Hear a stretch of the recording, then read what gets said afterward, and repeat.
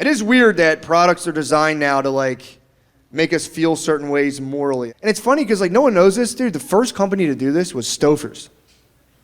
They did this years ago. I think I was the only one who noticed.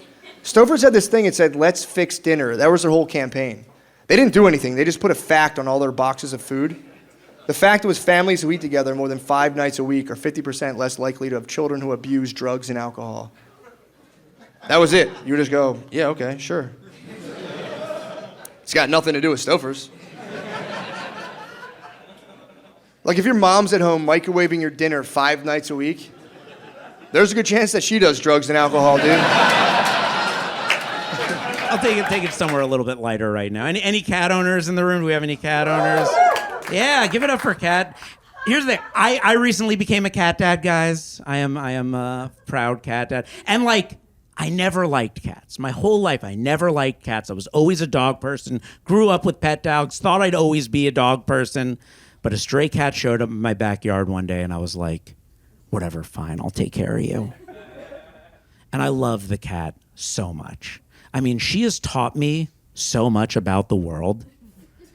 But if I was to say the main lesson my cat has taught me, it's just how good it is to be hot. Because she's like a really cute cat. When I saw her in my backyard, I was like, you know what? I'm going to start giving her free stuff. I'm going to start... Who knows? Maybe if I give her enough free stuff, she might even let me start touching her. I don't know. Meanwhile, there's all these possums and raccoons in my backyard. I'm on the phone with animal control like, hey, can you guys come kill these ugly animals in my backyard? They're trying to get into the free stuff I'm giving my cat for doing literally nothing different other than being more attractive than them. And I want them dead. So we had guinea pigs growing up, and we kept them in our garage, and in the hot Ohio summers, they absolutely died in there. And my sister reminded me, we named one of the pigs Brownie, which in retrospect is extra sad. She was out there straight bacon at 375. And my mom felt awful, okay? So she let us give him a proper burial in the backyard. And me and my sisters took those hard-bodied pigs, not like ripped, but like rigor mortis hard, and we buried him in the easiest place to dig. We put him right in the sandbox. And then a couple of neighborhood dogs came along, snarfed him right up.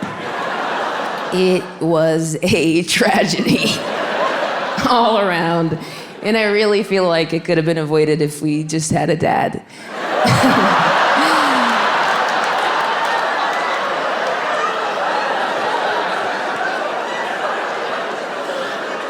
I don't know what dads do, but I assume it's regulate the garage temp. They're always in there, tinkering around, planning their escape. No, my dad didn't escape as much as he was asked to leave. Escorted off the premises. Some of you know this about my dad. When I was little, he moved down to Orlando, Florida to become an actor, which is not where you go.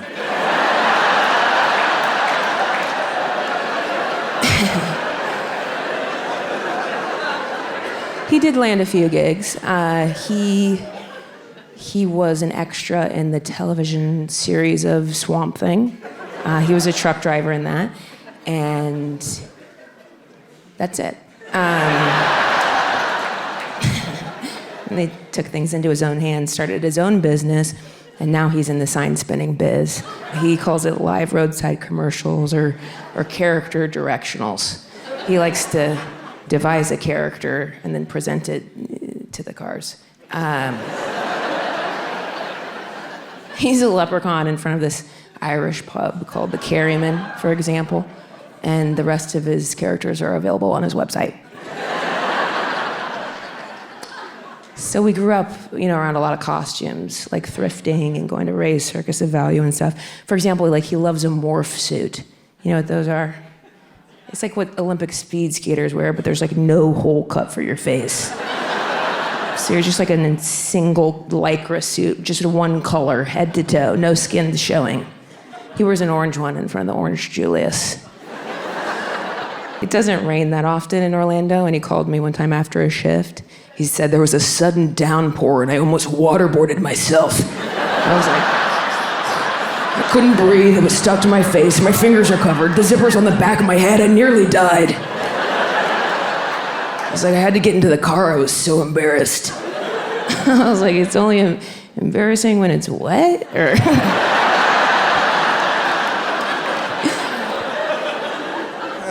Yes, my name is Ismo and I am from Finland. Woohoo! Yay! Woohoo! I grew up speaking Finnish. It's very, very common in Finland. And I did learn English back then. I learned English, they teach English there, but when I moved here, I learned that it's not the same English that you have. The English here, it's different. I think the biggest difference is there's so many of these things here in America. These, when you shorten a thing down to just a few letters. I think it's called acronym. Like there's so many of those, like FBI, YMCA, KFC, like so many of those. And I've noticed that people here seem to assume that every single person knows the meaning of every single one of these acronyms. Even people who moved here like 4 hours ago. From day one I moved here, people just say to me things like, yeah, I'm going through TSA at JFK. You want a PBJ?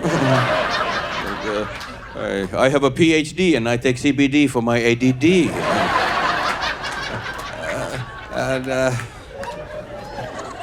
And I'm like, what the hell are you saying? What is this English? I thought I know this language.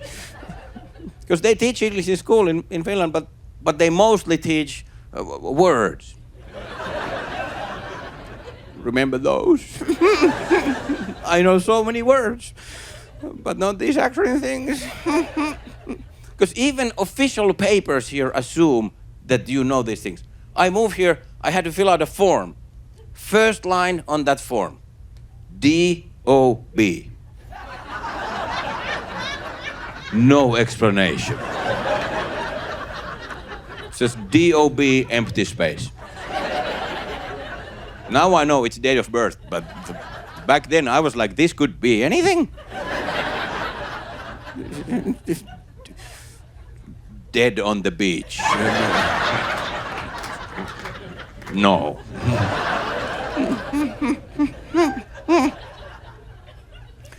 Then I did my first show at a comedy club in America, and the club said that, hey, you have to fill out a W-9. And I was like, what the is that? And he said, it's a form for the IRS. Well, what the is that? And then he said, you shouldn't say that. Don't say that. You should say WTF. And I was like, what is that?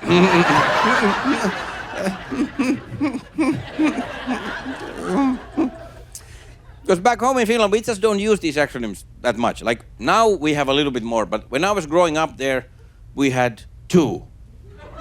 We had only two. UFO, HIV.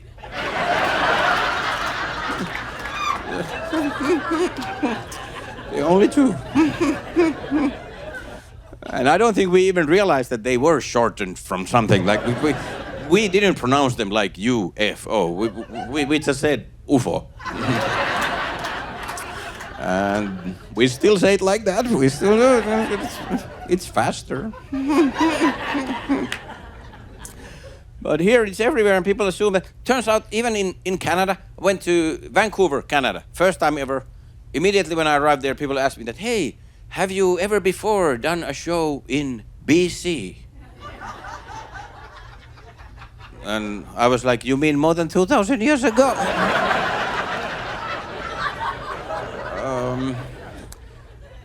I don't think so, no. I was so young. Where do you find the low-income whites of this great country of ours? 2 words, Waffle House. Waffle House seems to be a headquarters for the low-income whites. Or if you're in the middle of the country, it's called a Cracker Barrel. Cracker Barrels are just upscale Waffle Houses. We're in Nashville. You have Waffle Houses and Cracker Barrels. Can you say sweet spot? What's your mindset when you go to a Cracker Barrel? I want the unhealthiest food sold in public, but I still want to impulse buy a rocking chair. Where can I do it? Does such a place exist? It does. It's called the Cracker Barrel. Cracker Barrels are closing. Sorry, whites. Sorry, whites. Cracker Barrels are closing. Sorry, whites. I'm sorry, whites. But so are Red Lobsters. Sorry, blacks. Sorry, blacks. I'm sorry, blacks. That joke works better if there's more blacks in the room. Maybe someday, right, Nashville?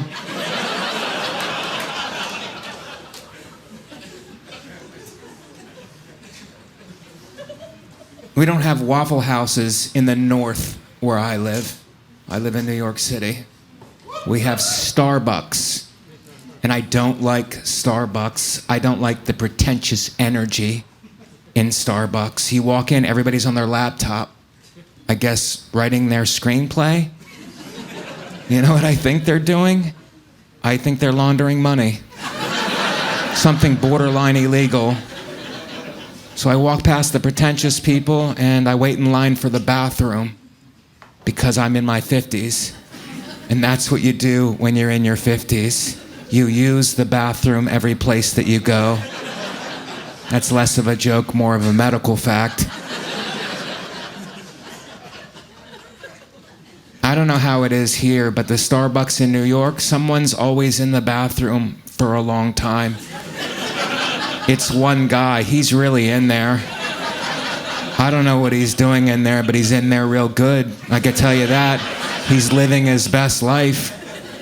I don't know if he's finishing college or starting a podcast, but he's in there. He's in there real good. And just when I think he's coming out, water starts coming from underneath the door, indicating that he's not coming out anytime soon. The last time I was at Starbucks, I was waiting in line for the bathroom. The man in front of me had a dog that was wearing a sweater. I hate it. It's so condescending. The dog looked like he went to a better college than I did. It looks like he could bite somebody and he's already dressed for court.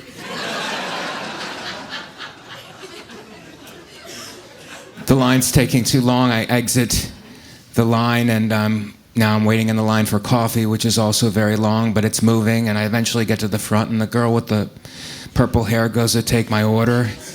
And I go, medium black coffee, nothing in it. She goes, don't you mean grande? I said, miss, I don't think it's the right time to be teaching me Italian. There's a man swimming in your bathroom.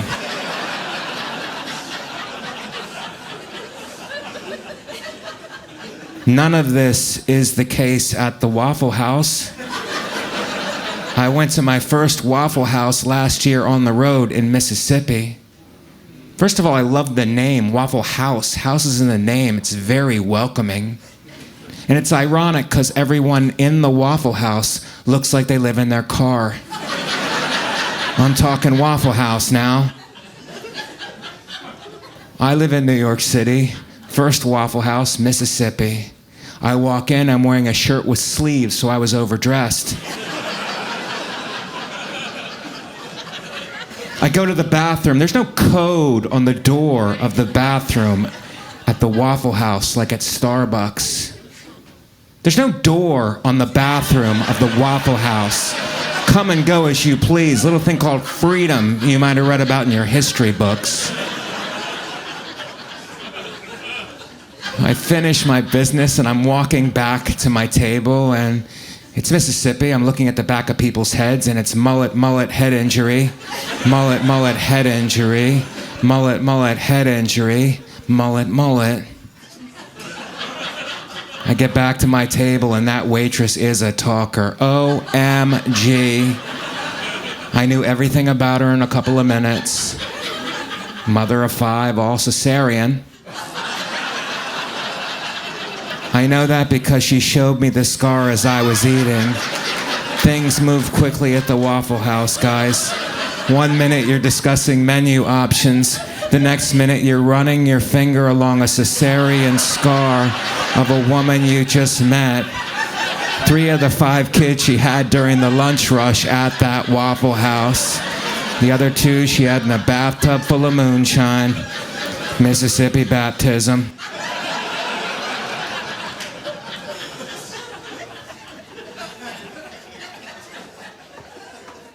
She's telling me about her life. Turns out she had just gone through a painful divorce. She was married to her cousin. Get off your high horse, Nashville. It's Mississippi. People marry their cousins.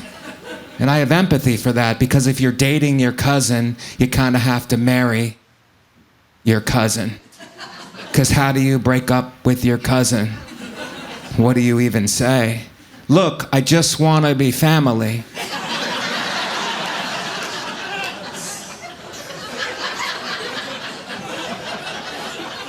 She starts to tear up talking about her divorce, and I'm compassionate, so I reach up, I touch her face, I wipe away her tear, and I remember I said to her, I said, Scalene? That was her name, Scalene, named after the white trash of all the triangles.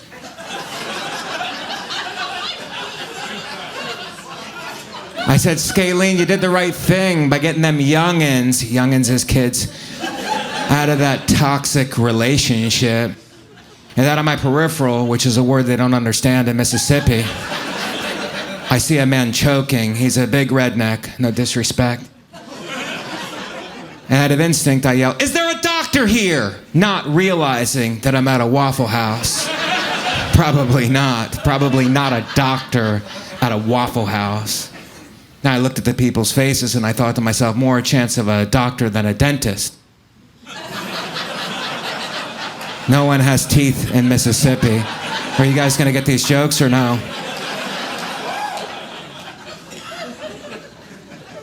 So I think to myself, Michael, you graduated from high school. You're the closest thing to a doctor at this Waffle House. You gotta do something. So I start to make my move. He's a big redneck, he's choking, I'm coming from behind him. I don't want to startle him, but I know I'm in the South, so I get close and I whisper in his ear, I'm white. I lock my hands and I start the Heimlich maneuver, which is gay marriage in Mississippi, and someone starts recording it with their phone, I assume for Pornhub, and after about 15 thrusts, which is what I'm good for, piece of Scrapple shoots out of his mouth and hits another man in the face, also named Scrapple. Scrapple Jenkins, he was the sheriff.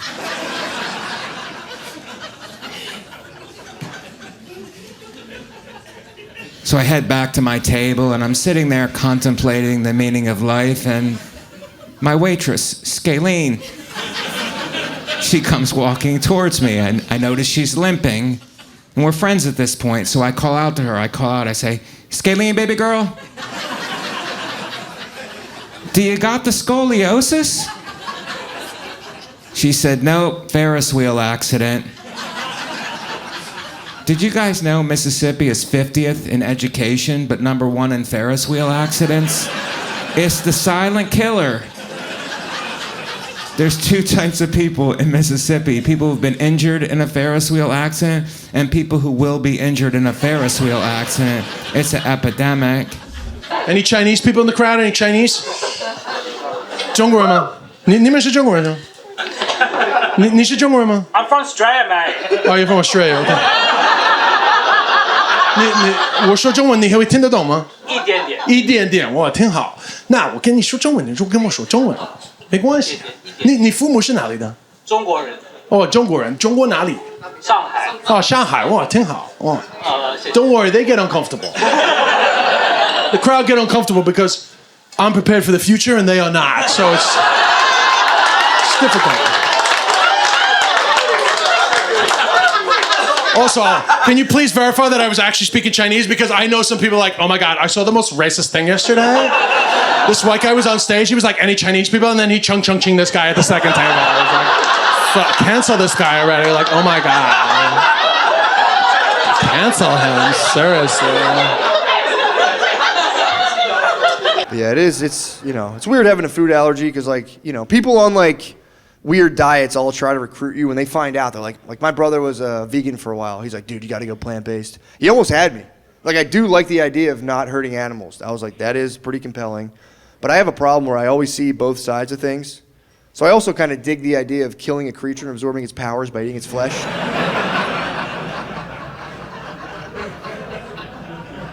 So now I have to go to Whole Foods, you know? If you have a food allergy, you have to go to Whole Foods. They have all the stuff you need.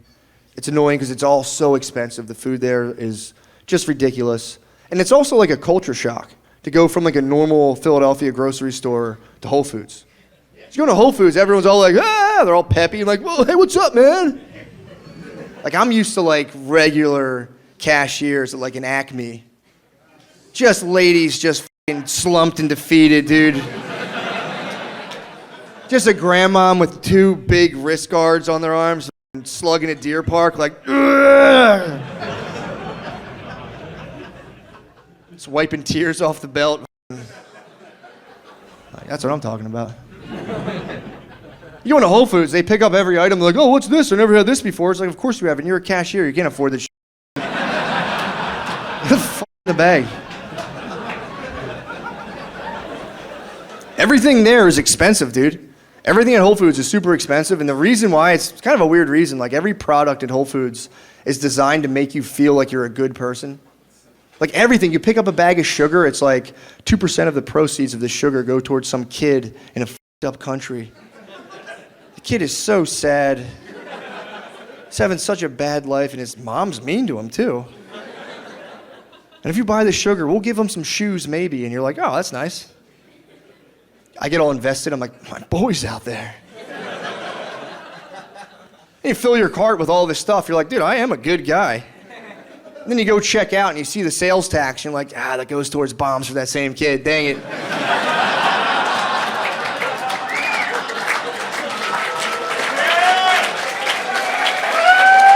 Shoot. It does. But then I bright-sided. I'm like, yeah, maybe we'll get the shoes first. That'd be nice, you know? Like, pilot flies away from decimating a village. Like, you see the moccasins on that kid? Holy shit. It's nice to know there's good people in the world doing important work. I think there should be maybe a soft holiday around now, at least something in the calendar that tells people specifically, stop saying Happy New Year. I think that goes on for a little thank you for agreeing. I don't know when the date should be. Some people, they discuss it. I don't know. I don't like it on January 1st. It could be midnight. People be like, Happy New Year. I'm like, chill out. Nothing happened yet. It's like, you're about to jinx us. We about to have a terrible year because you can't shut up. That's kind of selfish. Technically, on paper, we've had some good ones. I don't know if there's anybody paying attention. Last year was our Jordan year. Yeah, just figured that out, right? That sucks. It's all good. This one's a good one. Can anybody guess what this year is? Kobe, that's right. Can you guess what next year is? It's the year Leonardo DiCaprio leaves us. So, prepare yourself now. Aren't you glad I said something? You would have been blindsided in a year. You don't deserve that. Now you can look back and be like, oh, yeah, that comedian did say something. Super funny, very professional. Not even that high.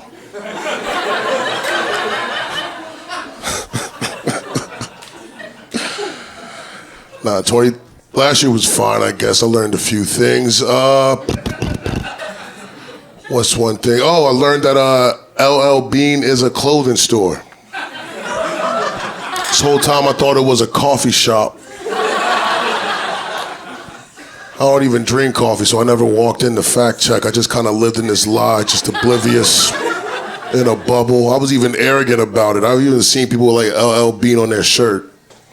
I just thought it was merch. I'm like, they must really love those coffee grounds. I was like, I cannot relate.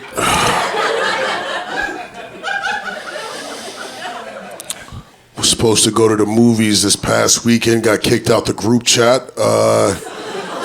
It happens, it's pretty normal occurrence. I told them I was gonna bring a neck pillow, and I think that was just too much for them to wrap their mind around. They live it in the past. I guess it's fine. You see somebody at the airport, neck pillow, you're like, yeah, this makes sense, but you see me at the movie theater, trying to get down your aisle with like popcorn, what's the thought that comes to your head? Like, oh, snap, this dude's living in 2040. How do I become a genius like that? Obviously, this guy prioritizes comfort, which I do, that is right. Like, I just won a back scratcher in a trivia game. Thought it was a pretty mid gift and I used it, changed my life. I like scratched my own back. I was like, oh, I don't need a girlfriend. I could just do this by myself. Just supported me. I'm like, you got this. I'm overusing the back scratch. I'm using it in places I can reach. I'm in the front, just scratching away. Thinking to myself, why are we limiting this? Why are we calling it a back scratcher? It could just be a scratcher. That's real oppressive. Let your imagination go. Use it on a lottery ticket. Do whatever you want. Reinvent things.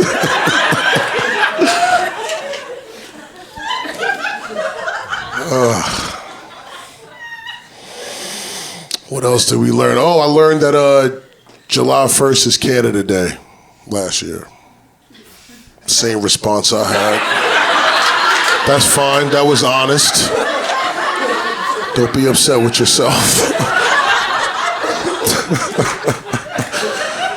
I read somewhere that the most marked up bottle of wine on a restaurant's wine list is the second cheapest. Reason they do that is gal be on a date, too embarrassed to buy the cheapest wine, picks the second cheapest, and gets destroyed. Probably the best thing I've ever read in my entire life. It's like, who can we screw over here at the restaurant? How about a guy looking for love who's also on a budget? That's why I hired you, PJ. You're an idea man. See, this bottle of Pinot Noir costs us $1.50. Let's go $600 on this one. But I love cooking shows and shows about travel and stuff like that. I was actually on the Seth Meyers show once, years ago, and the other guest was Anthony Bourdain. I got to meet him real briefly, and I'm glad it was a brief meeting because I don't want to be backstage trading road stories with Anthony Bourdain. His would be like, yeah, I remember once I was in South America, got bitten by a snake while I was trying to eat its small intestine. Oh, yeah, I was once at a Hampton Inn in Little Rock. And they ran out of Captain Crunch at the breakfast buffet. I get it. Poor guy must have had annoying fans when you're a travel and food expert. People running up to you on the street, hey, Anthony, here's the deal. I'm going to Malaysia, and I love turkey burgers.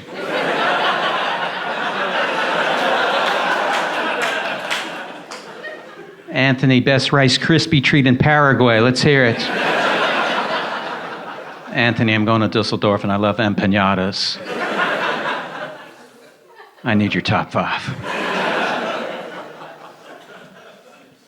I like that show, Chopped. That's a great show. 4 chefs compete for a $10,000 prize. My favorite part about that show is none of the chefs have a realistic grasp of what you can buy for $10,000. I was like, Chef, what are you going to do if you win the $10,000? Well, I've always wanted to travel around the world for a year. Flying first class everywhere. Oh, you can do that for another $1.3 million. Here's what you're going to do. You're going to fly first class to Cleveland.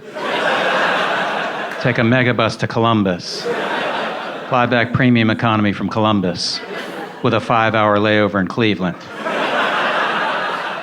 Then you're out of money. Chef, what are you going to do if you win $10,000? I'll have 6 brothers. I'd love to buy them each a Rolls Royce. Here's what you're going to do. You're going to buy 3 decent skateboards. Then you make a little sign-up sheet your brothers can take turns.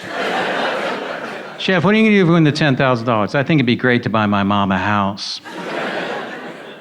That'd be the greatest. Find your mom a sweet $10,000 house. Here's what you're going to do. You're going to buy yourself an updated food processor. Then the best wooden spoon. Then you can make your mom some dip, and she can enjoy it in the house she currently lives in. Not the $10,000 before taxes dream house. Also known as a $3,000 house. Also known as a used minivan.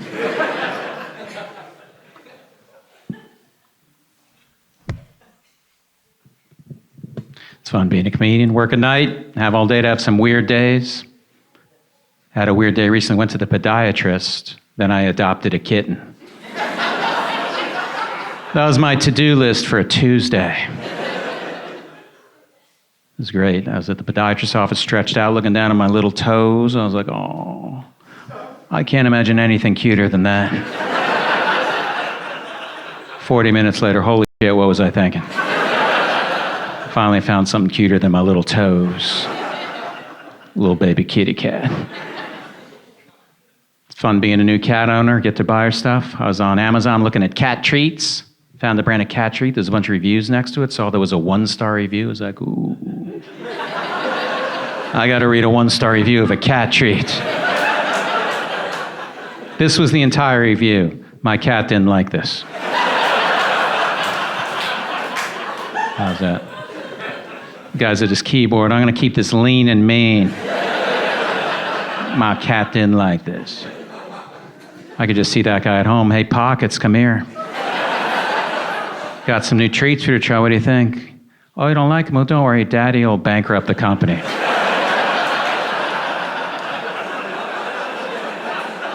What? Just try a different brand? Don't be so petty. You don't be so polite, Pockets. I'm going to crush them. Made the mistake of getting a kitten instead of an adult cat. That's a mistake. She's adorable, but my God, I don't know what I was in for. She attacks me while I'm trying to sleep. It's gotten so bad I've actually checked into hotels. I've checked into the closest hotel in my apartment 3 different times to get some sleep. Probably $5,000 worth of hotel rooms. It's a great check-in, though. You walk in, no bags, bleeding. So you're here for business, sir? No, actually, a kitten attacked me. Oh, where are you coming in from? Look outside. See that building 50 feet away? See that light on the 7th floor? See that kitten in the window? Yeah, the one drinking a glass of rosé. Smoking a cigarette with one of those long holders. Oh, she's holding up a sign. Todd Barry is overrated. Where does a kitty learn that word? It's incomprehensible. Supposed to brush my cat's teeth. That was sprung on me recently by the vet. You got to start brushing her teeth. I was like, okay, I wouldn't have gotten the cat.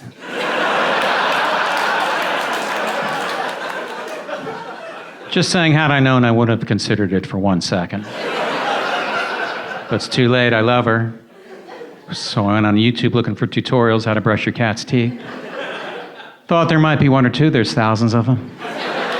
All the same, none of them are helpful. They're all like, here's how you brush your cat's teeth. First, start out with the world's most relaxed cat. You got that? No, I don't got that. Shockingly, I do not have that. Place her carefully on this table specifically designed to examine animals. You can get one at your local veterinary supply store for $6,000. Now take the toothbrush and toothpaste out, watch what happens. Oh my God, she took it from my hand. She's taking the cap off the toothpaste. She's brushing her own teeth. Where'd you get a water pick, baby? She snuck off to Target and bought a water pig. Supposed to schedule playtime with the cat. I didn't know you're supposed to do that. I don't want to play with my cat. I'll watch Shark Tank with my cat. We'll call that playing. Come here, baby. Sit on my lap. We're going to play. Scratch, scratch, scratch, scratch, scratch. $500,000 for 2% equity. Yeah, that's bullshit. Yeah, it's bad valuation, baby. Yeah, they better have some sales. The apartment I live in charges me $50 a month because I have a cat. It's like a little spiteful pet fee they have. I remember being in the leasing office, signing a lease. Guy's like, so it's just you in the apartment? Yeah, just me and my cat. Oh, so it's not just you in the apartment. There's also something this big living there? Yeah, she's the size of my toaster. You have a toaster?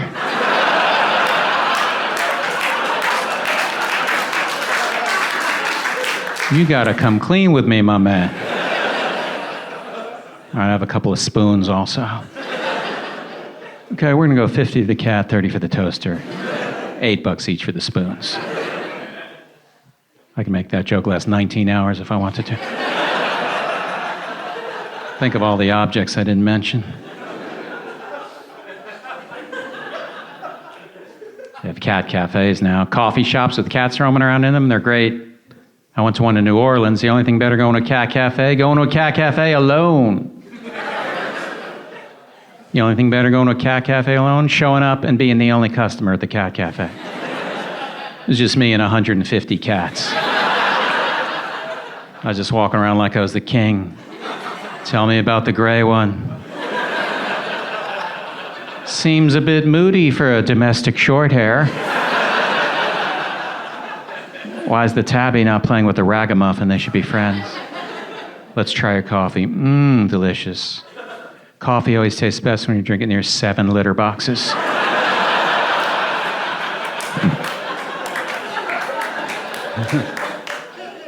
That's a lot of cat jokes, huh? I'm feeling pretty good about myself. I made it through the summer without getting poison ivy, and I know that's a big deal for me. I don't know what that plant looks like. Like their hints are not very good. Like, leaves of 3, let it be. Oh, thanks for the poem, but it didn't work. This thing has the word poison in it. Is that how we're handling poisons now? Rhymes. When it comes to nerve gas, say, I pass. It's not... I've been out there in the forest and those leaves bunch up. I can't count them. I don't know if that's 9 leaves of 3 or 1 leaf of 27. So what I decided is no more nature. No more nature. Here's my poem. If it's a plant, I can't. In any event, stay on the cement. That's how I'm gonna live my life. I'm gonna start treating vegetation like I treat snakes, all bad. But Greg, it's a garter snake. Well, it looks like a snake. Like, I don't know what the word garter means, but if I see a garter mountain lion, I'm leaving. Greg, it's harmless. It's not harmless. It already made me drop my Starbucks. It has done harm. Harm was done. Venti harm was done. Thank you. Yeah, thank you. Yeah, I don't know poison ivy. I'm trying to learn, though. I learned this. They use it for medicinal purposes. They use an extract of poison ivy to treat joint pain. That sounds like something my dad would come up with. Like, Dad, I itch all over. Yeah, you do, but you're not thinking about your knee anymore, are you?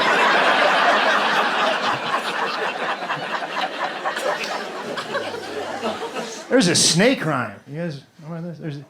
There's these 2 snakes. They look the same. They have the same colors, but they're arranged differently, and one of them is venomous. So to tell them apart, they have this rhyme. Red touches black, friend of Jack. Red touches yellow, kills a fellow. Kills a fellow? Fellows aren't supposed to be killed. Fellows are in like barbershop quartets. It's for he's a jolly good fellow, not he got murdered by a snake.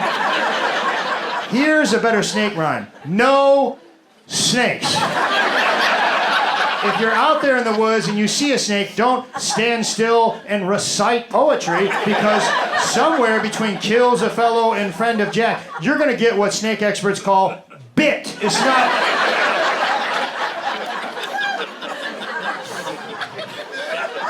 Snakes are horrible. They're terrible. Did you know this? If you cut a snake's head off, it can still bite you for up to 4 hours. That is true. And it's the same for clowns. Like, no, listen, no. If you see a clown head rolling around, you stay away. Like, you get, like, you don't, it might be a garter clown, but there's no rhyme. It's not like if his nose is red, you're dead. It's not.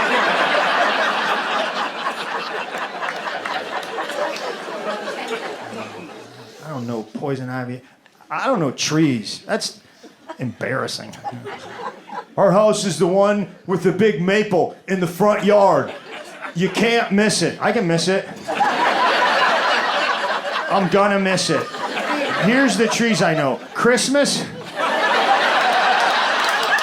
That's it. That's the only one. And that one's gotta have lights on it for me to get it. Just give me your address. That would be a better system. That's why they have that system. Like, don't tell me about architecture. That's not going to help either. It's the colonial house. Well, it better have a guy with a triangle hat and a musket marching back and forth. It's the stucco house. Stucco? What is stucco? Sounds like a clown that can't get out of stuff. You're like, oh no, don't go in there, stucco. You're too big. You're not going to fit, stucco. You wear size 76 shoes, Stucco. All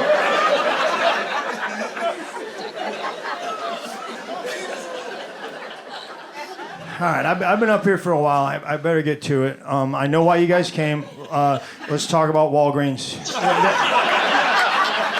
It's an important issue. It's a complex issue, but there's a lot of sides, you know. I mean, on one hand, you got to give it up. There are a lot of Walgreens. Like, there's several Walgreens. I mean, you're always close. I mean, it's very convenient. Also, they're open late. But I've noticed after about 9 o'clock, they're just kind of open. You ever walk into Walgreens like 11:30 and the lights are on and the doors are unlocked and there's not one human being visible?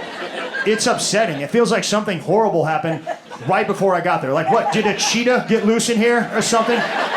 Did CVS attack him? Eventually you'll hear, I'm back here. Well, don't be, okay? Be up here. You're a business. You're supposed to have an up here guy at all times. That's what sets you apart from an abandoned warehouse, Walgreens. Also, when you said I'm back here, you startled me. I'm too old to ever want to be startled again, especially in an empty Walgreens in the middle of the night. Next time, maybe you could just jump out from behind the Pringles in a hockey goalie mask. That'll be fun. If you need something done back there so bad, why don't you just hire another guy? Right now, you have exactly one more employee than a vending machine. It's not a good look. You're the number 27 company in the Fortune 500, and you have one guy. There's a lemonade stand in my neighborhood. 2 girls. They have double the employees as Walgreens. And listen, like, if you're working anywhere now, at Walgreens, anywhere, thank you. I mean, I appreciate you working. But let's face it, if you're the late night worker at Walgreens, you're not first string. Like, you're not their best guy, okay? And you're a little weird. That's why they put you on nights. And they know that. That's why they shouldn't make you do stuff back there. They should give you 2 simple jobs. Number 1, stand next to the register. Number 2, wear some article of clothing that says the word Walgreens on it. Because when I walk in, I want to know, you're the guy that works at Walgreens, not the guy that just shot the guy that works at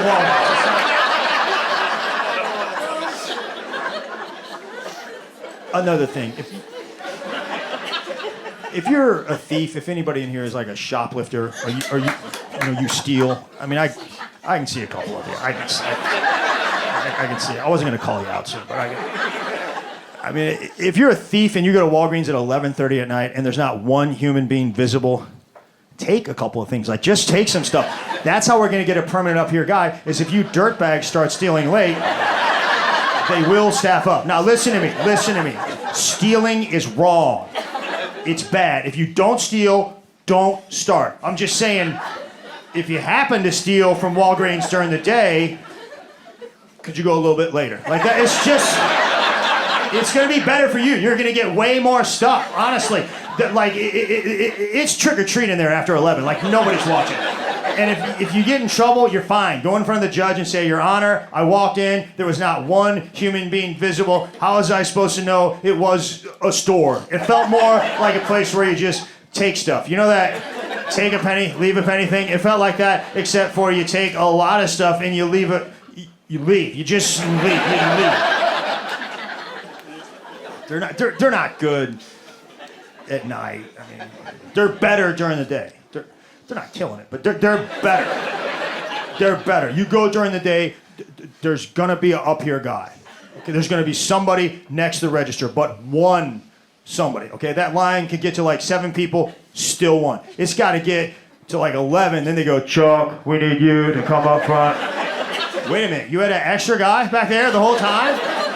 Now I'm angry. Okay, Chuck, when you do go up front, I better see you hustle. Okay, you better sprint to the front, and when you get up there, you better act like you're sorry for what you did to everybody in this line.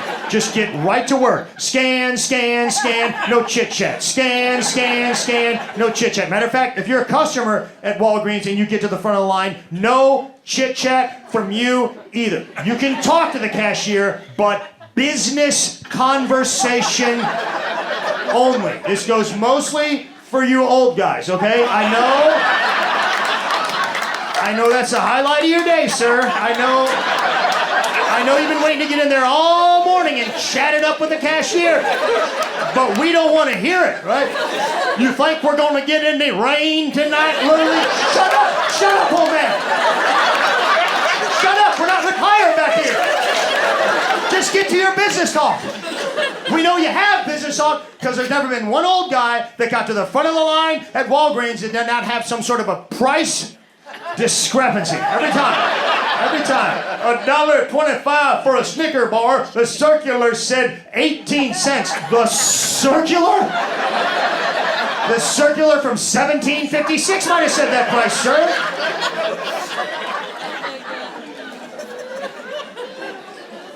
Also, when you walk into Walgreens, they have shopping carts. No. I have met your employees, and they cannot handle that kind of volume, right? Like, I have seen them struggle with 2 items. Now we're going to encourage people to get 54. That's a bad idea. Everybody in this room knows the unwritten rule at Walgreens, whatever you can hold in your hand, that's how much you can buy. If you need more, you turn around, you go to Target. That's a Target trip. You don't bring a Target trip to Walgreens. And God forbid an old person gets their hands on one of those carts, they'll have to shut it down. Sorry guys, Walgreens is closed. Mort got a cart.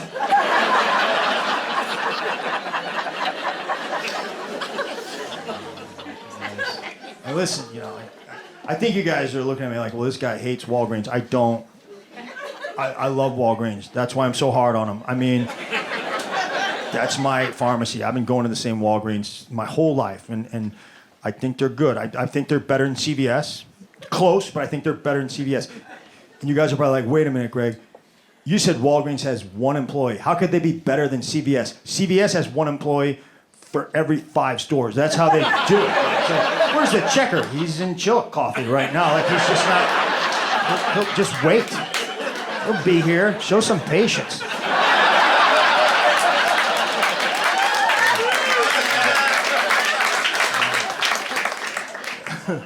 No, hey, listen, when I'm talking about Walgreens, I'm not talking about the pharmacy. I'm talking about regular Walgreens. Like, I don't think that's the same company. Like, I bet you the regular Walgreens workers are not allowed to talk to the pharmacy people. Like, yeah, don't look at them. They're better than us. Don't look at them. I bet you every now and then the regular Walgreens manager tries to go in and tell the pharmacy people to do something like, hey guys, I was thinking today, maybe shut up, Ted, you got no jurisdiction here. Go sell pretzels, we're gonna heal the sick.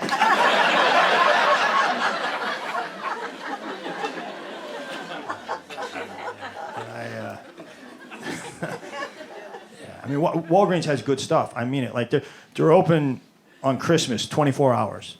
I have never missed one Christmas at Walgreens. That's it.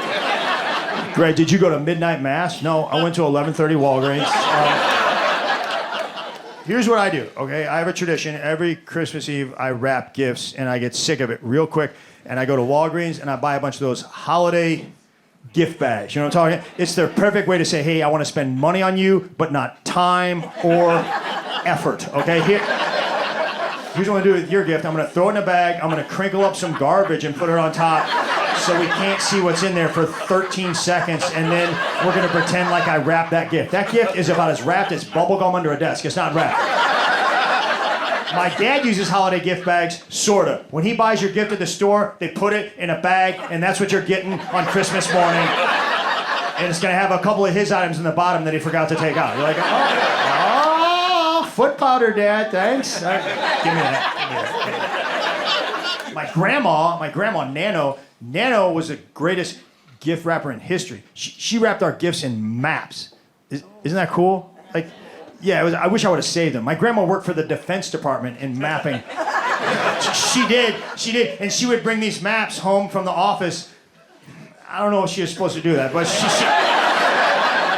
she did, and it was great because I was like, oh, your grandma has wrapping paper with Snoopy's and Santa Clauses? That's cute. My grandma trusted me with strategic bombing locations in mainland China.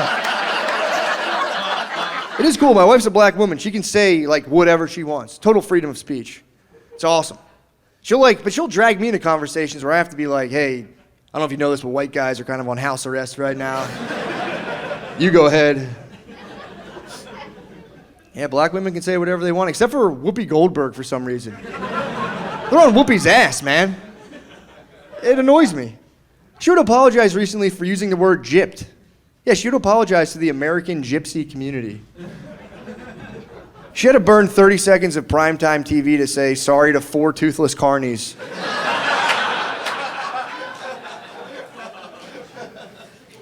No, man, my wife will just like drag me into these conversations where I'm like, I don't know how to respond, man. It's like I invited her on a double date not too long ago, and it was like a kind of a weird situation. It was my friend, he's a white guy, who just started dating this black chick, which first of all, I'm kind of like, that's my thing.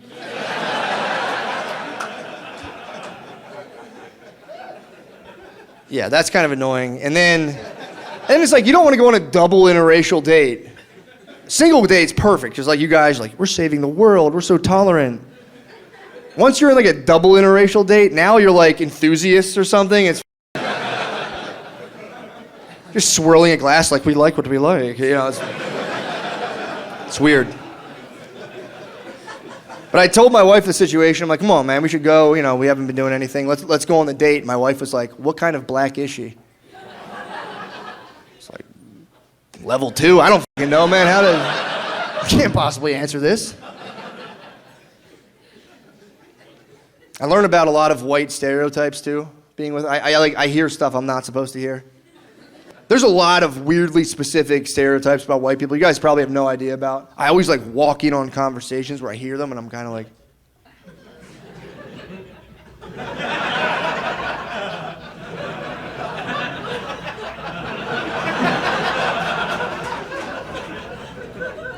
I just opened my door. I walked in on one recently. I opened my door. My wife was talking to her aunt on speakerphone. It's a cultural thing. And I opened my door. It's a custom. Be respectful. And I just opened the door to her aunt being like, you know, white people don't care about their grandparents. And I was like, ah, damn it, dude. That one's true. That hurts. I didn't know anyone knew about that. How the hell did they know? It's true. My mom calls me every like 5 months. She's like, you know your great aunt Bridie died. And I'm like, Mom, do I? She's like, you have to go. I'm like, oh, fuck, all right. I have to go literally ID the body at the funeral. I go and I'm like, oh, that lady. I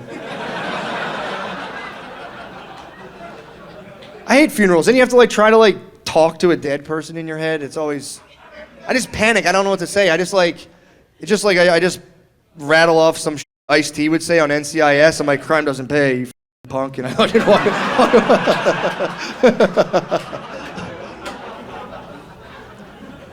But yeah, so it's fun though, man. It's cool, you know, being in a relationship like that. I get like having a black wife is a confidence booster sometimes. Certain situations, it like, dude, like customer service disputes, bro.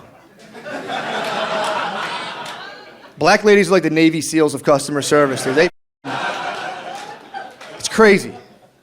I'm first wave. I'm the scout.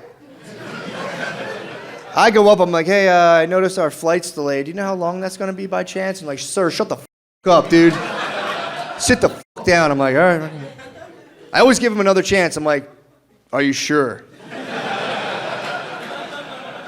You'll never guess who's following me up, dude.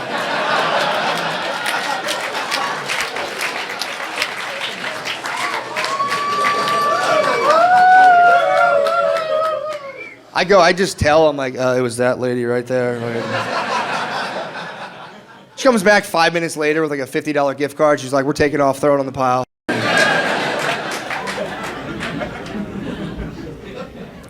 Yeah, it's not all fun and games, man. We do deal with stuff. We still have a race problem in this country, you know? A lot of perceptual stuff, you know?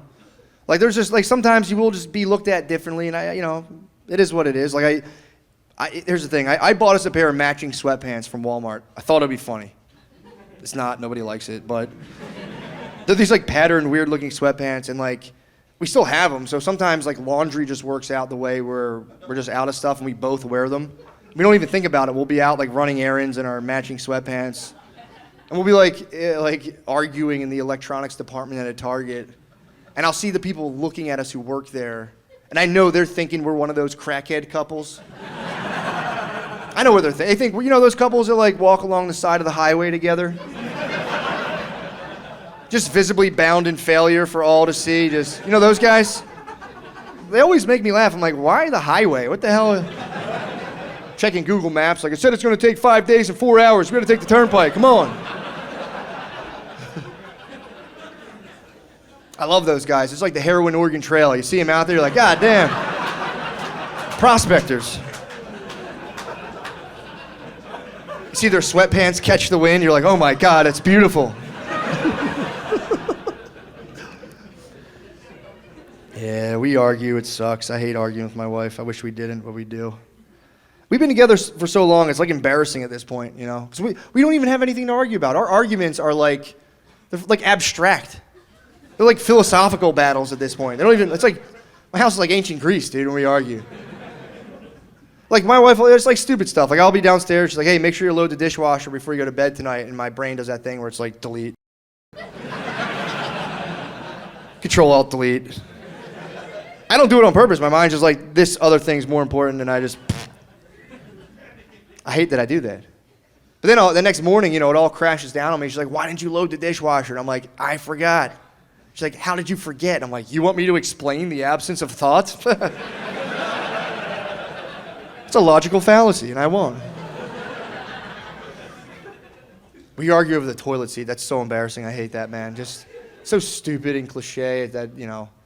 But yeah, she all the time. And dude, I'll put it down. I don't care. I'll put it down. Sometimes I forget. You know, and I'm like, all I'm asking you is just fucking gently lower it. Don't slam it like an asshole. Just put it down. It's not the end of the world. And I'm like, what's the worst thing that could happen by it being up? She's like, I could fall in there at nighttime. Like, what do you run to the bathroom ass first and jump? What the f?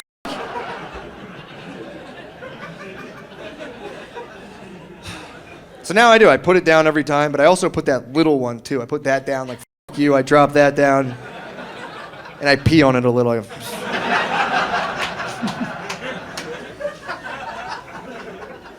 You can't win arguments with women, man. They'll just destroy you. It's their game. You think you win, they'll wait like 3 weeks and just lance you. It'll be like 3 weeks later, and she'll be like, what's up with your teeth? Like, what do you mean? She's like, oh, never mind. I'm like, what the f? They'll get you with their celebrity crushes. That hurts, man. Stop doing that, man. That hurts us. We were watching the movie Fury. Did you ever see Fury? World War II movie, Brad Pitt, army tanks, awesome movie. We're having a good time. We're enjoying it. Halfway through, Brad Pitt pops out of an army tank. He just like won a battle. He's like, yeah. His shirt's ripped. I'm like, yeah, how does a shirt get ripped inside of a tank? But I'm not ruining it for her, so I'm quiet. He pops out of the tank. You can see like his stomach. My wife didn't even say anything. She just went,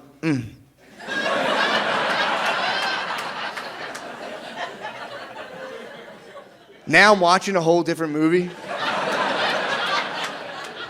I'm rooting for the Nazis now.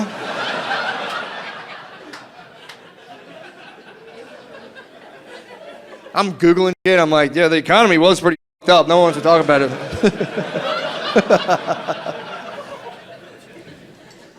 I wrote a joke a long time ago to try to shame myself into getting better shape, and it didn't take. I look exactly the same. I feel like I look okay from the front. I still feel good about my front profile look.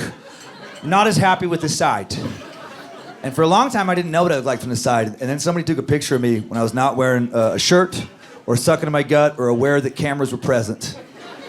And that was a real eye-opener. That's when I realized that from the front, I look like a dude who lifts weights. From the side, I look like a dude who shouldn't because it's probably bad for the baby. It's a little rough in the middle. Part of the problem is I do work out, but I don't work out very hard. I'm not gonna lie to you. I don't like to go to hardcore gyms. I'm never gonna be a CrossFit guy. I'm more of a YMCA guy. 'Cause I feel good about myself there. Right? I'm a realist. A lot of happiness in life has to do with putting yourself in favorable matchup situations. If I go to Gold's Gym or somewhere, I'm average at best. Right? YMCA, I dominate. My favorite gym I've ever worked out at was this old YMCA in Santa Monica, California. Nothing had been renovated there for probably 40 years, including most of the other members. It was like a nursing home gym. Those seniors respected my feats of strength. And they came from a classier generation that's quick to compliment, and I like all of that very, very much. Like a random ego stroke. One time I was doing the tricep press down, and this little old lady, Connie, was patiently waiting her turn like a decent person. And then when she went to use the machine, she forgot to move the pin to a lighter weight, and she just kind of struggled for quite some time. And then she figured out what happened, and she turned to me and she goes, "My goodness, you just lifted that."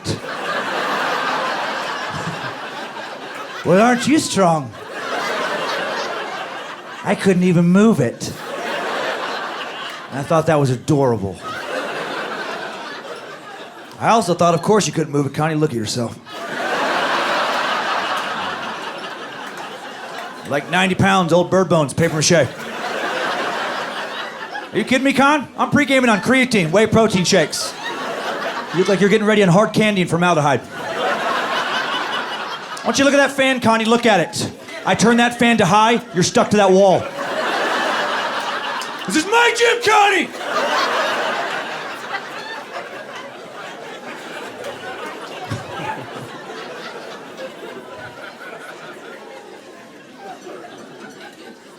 Part of the problem, it's not being in great shape, is my nutrition program. It's not great.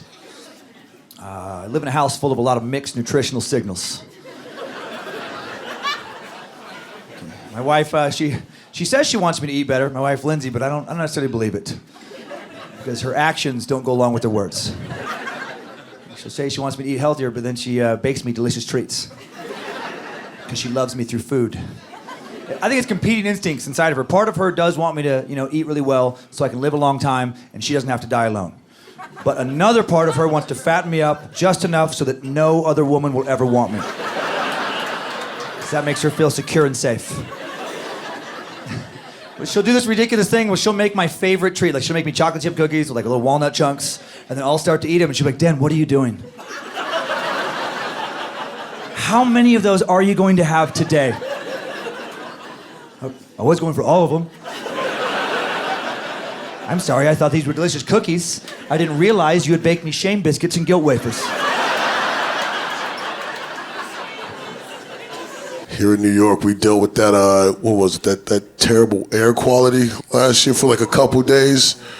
Came from Canada. Brush fires.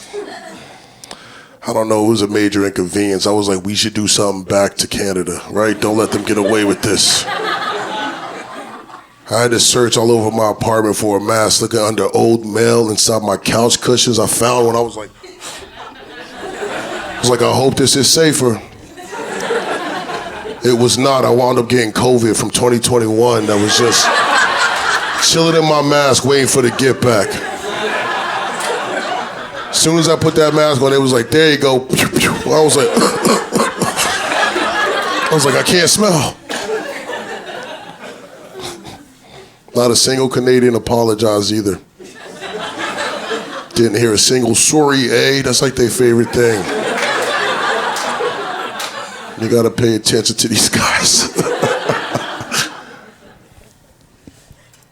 Something new I started this. I got into started watching more cooking shows, right? I don't know.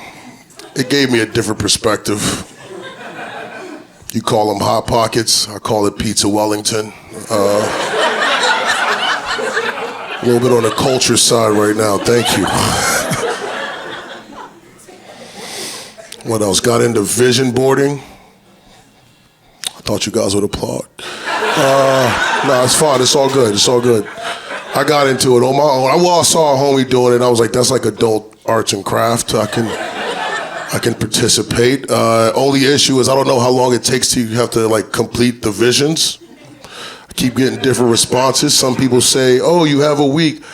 I'm like, that's quick. Some people are like, oh, you have forever. I'm like, that's way too long. You tell me I have until I die to make it to any beach? All right. I don't hate that. I want my vision board completed in a timely fashion.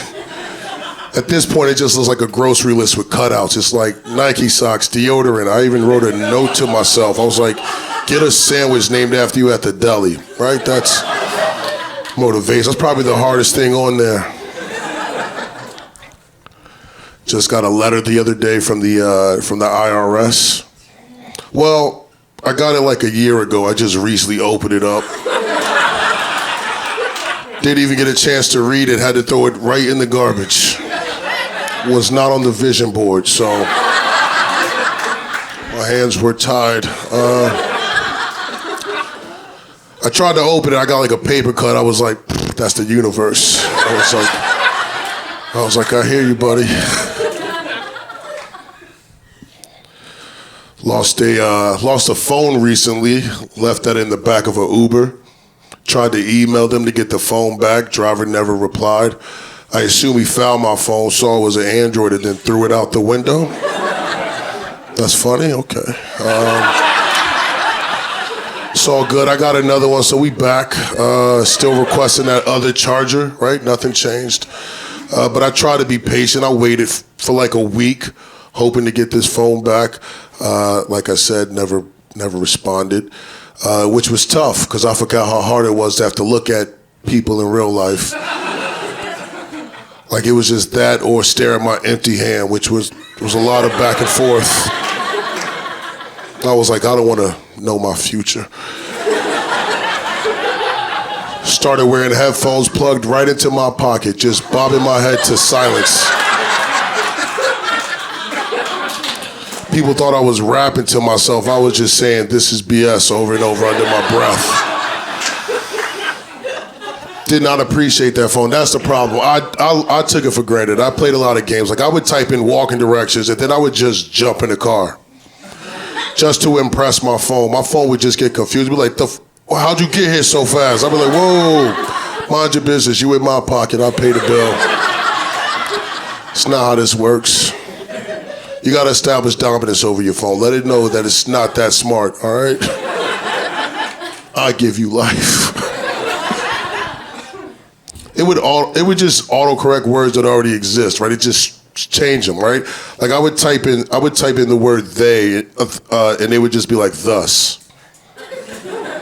Confusing all my homies. They be like, bro, you taking a creative writing class? What's happening? Talk to us. Let us in.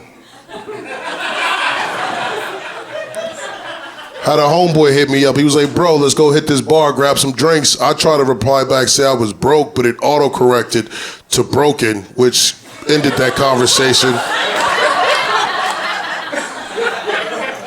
I didn't hear back for weeks. I understood. He probably got the message, was like, I'm broken. That's too much unpacking. Probably through the phone. We wound up, we got a cat. We didn't get a cat. House came with a cat. We were just there. There's a cat. Yeah, it was out.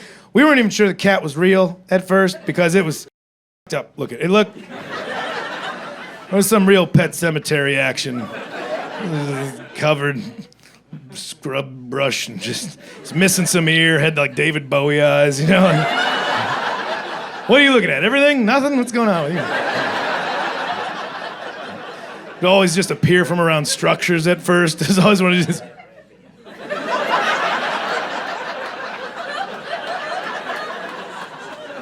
It took us about 6 weeks before we admitted to each other that we saw a cat.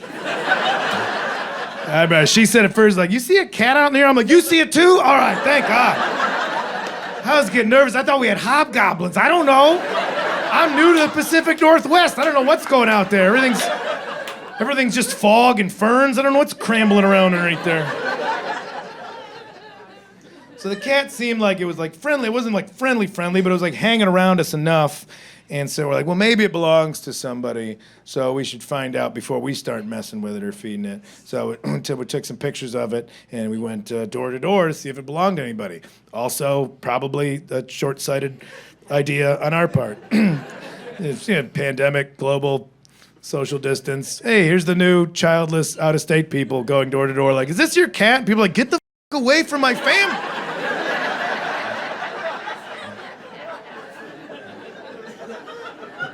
Yeah, you're right. Yeah. The old guy next door answered the door, but the chain's still on the door. He was just like, oh, that cat? That nobody's cat. No. That cat belonged to the earth. Yeah. That cat come up from the soil when the sun go down. And just roams amongst the mist, just eating dreams and out nightmares. That's what that guy... Man, just say it's not your cat, old man, all right? I don't have time for folklore. I got other neighbors to harass.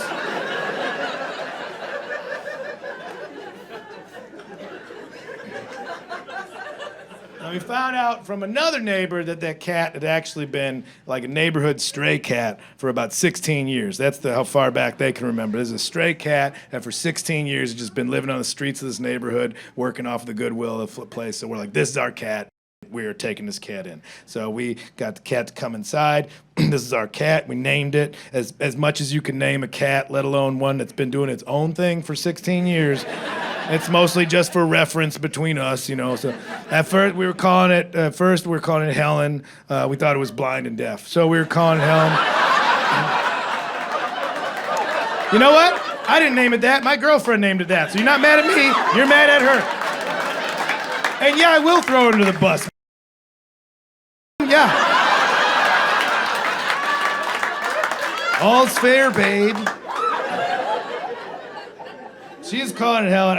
I was calling it Dirt Nap. That's how I was calling the cat. On account that it sleep all the time and was filthy, but also it looked deceased more often than not. That cat looked like it had perished many times. Like, oh, cats sleep weird, but like draped over a curb under a car tire, just with its eyes open, looking at nothing.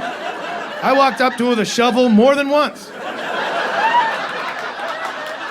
was like, well, this is a sad day, and it would just run off. I'm like, oh, look at you. Look at you, you little crisis actor. You got an agenda, and I don't know what it is, and that's what I like about you. You're mysterious. A little cross-eyed ghoul. Yeah, Dirt Nap, Little Dirty, Little D. We'll be calling her Little D for the rest of the story. Also be referring to her as she and a her. We thought it was a female cat. Turned out it was a neutered male, but we didn't find that out until later. So Jenny Nooch for gender neutral is the name for some of the time.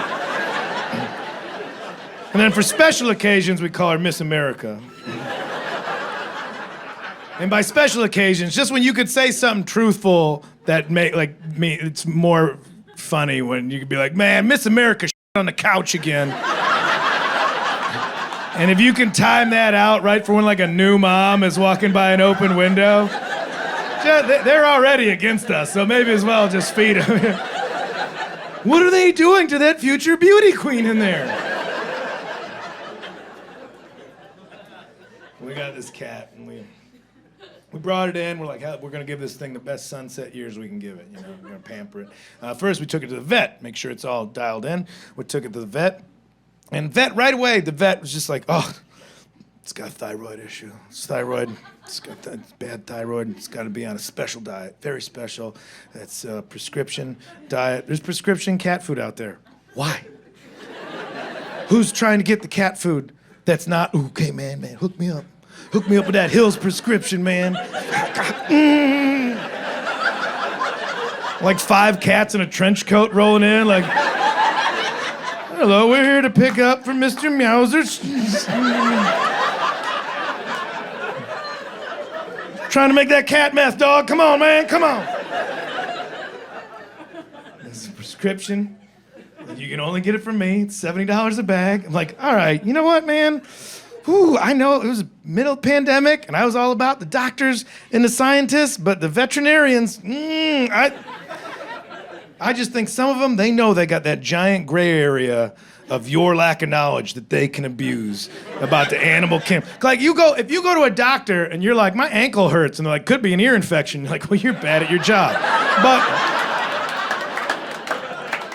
But you go to a veterinarian with this animal that you love but can't communicate with, and you're like, oh, what's wrong with my best friend, my little guy here? They can just say anything like, it's the alternator. And you're just like, yeah, I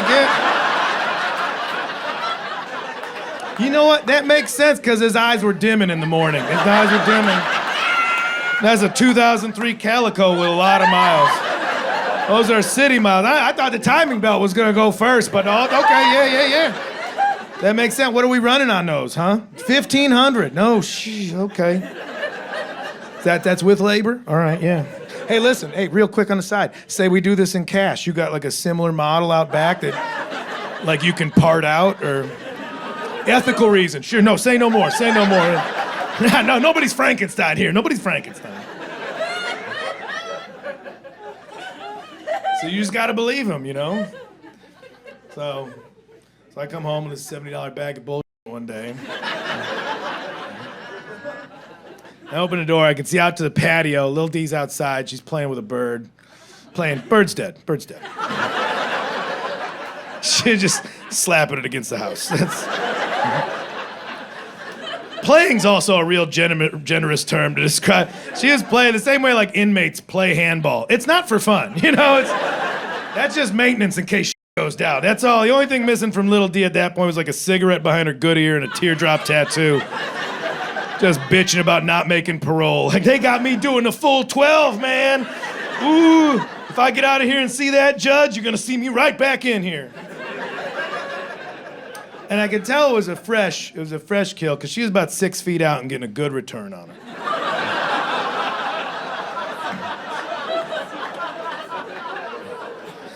And so I come in with this food, just shaking it like, Lil D, I'm gonna save your life. Look at this. And she looks up because she can hear. It's selective, but she can hear. And she looks up, she knows it's food. She looks at the food, and then she looks at me and just puts it together. She's like, oh, you're gonna want me to eat that? Watch this. And then she just ate the bird. Just, like at me, like maintained eye contact, but ate the bird. And I know cats eat birds, but I was not ready. Like, I assumed it was gonna be messy, but with strategy. That's what I thought. Like, it's a whole bird. I thought it was gonna be like brutal, but you know, with technique, getting to the soft part. Like the same way, like we've all had that night where we just get a rotisserie chicken just for yourself. Those nights you get home, like, close the blinds, I'm going elbows deep on this bitch. Like those kind of nights. That's what I thought I would have seen. What I saw and was not prepared for was the full-on David Blaine street magic disappearing act that she did on this bird. Just gone. Entire thing disappeared. One Forrest Gump feather just floating down for effect. Still looking at me like, what? Where did it? Is it in my pocket? Oh my God! Is it just gonna be alive over here? That is what you did. Is something. I gotta call this vet back.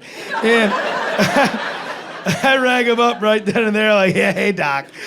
I don't know if you got a plan B for this whole thyroid thing, but Lil D been out in these streets just consuming her own enemies for the better part of a decade and a half.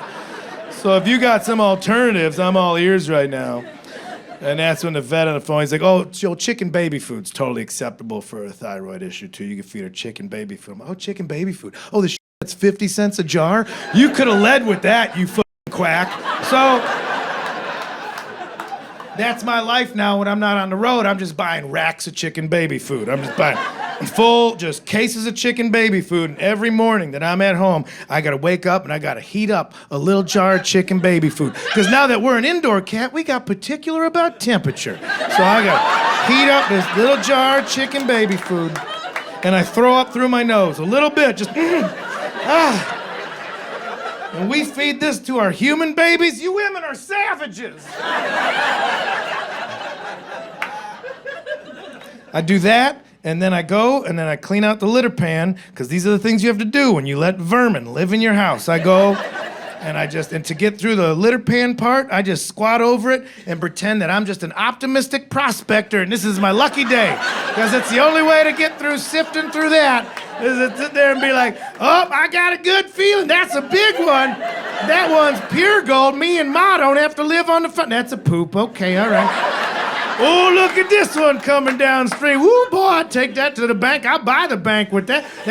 That's just a piss fritter. All right, well, third time's a charm. I'll take silver at this point. Anything to get me out of the dusty old wet. That's a poop, too. I think this creek done run dry. That's just a fun thing to do for me, because you got to be creative with your chores. You know, mothers are truly incredible.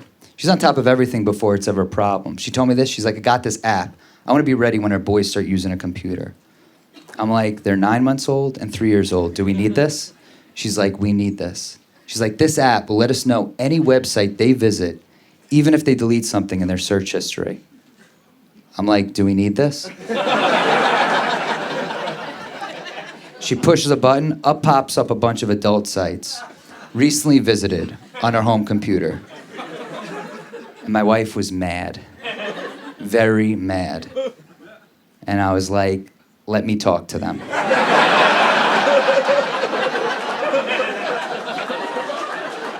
These kids are disgusting.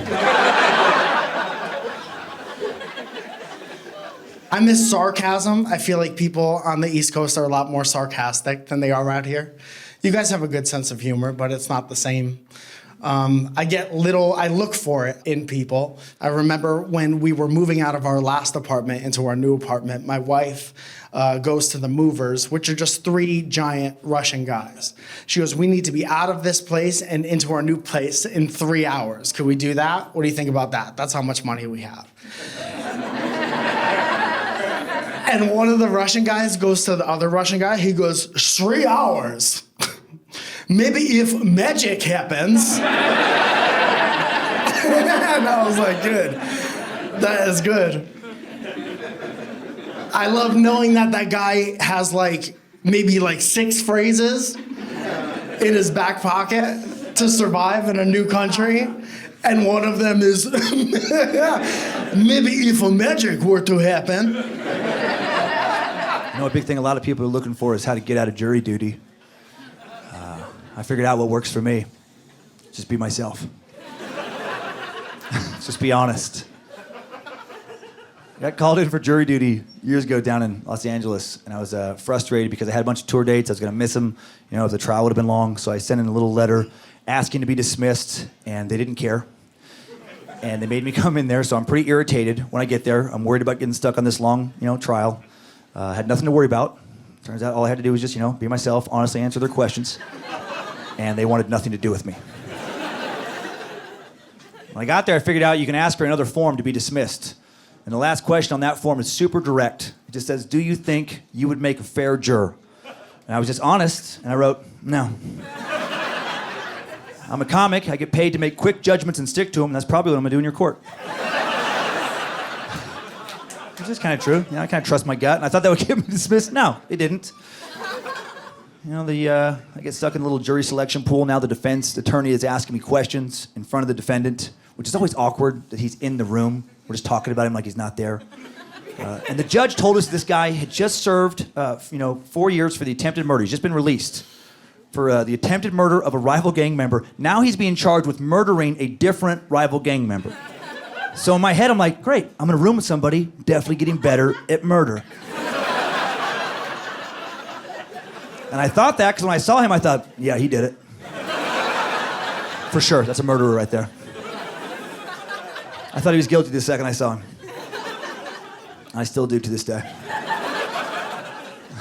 I'll tell you why. He had a lot of gang tattoos covering about half his face. Face, that's a commitment. To have gang tattoos. Not just tattoos, gang tattoos. Probably half. Half his face covered in gang tattoos. And look, I do realize having gang tattoos all over your face does not make you a murderer. Unless you're charged with murder. Then it absolutely probably does.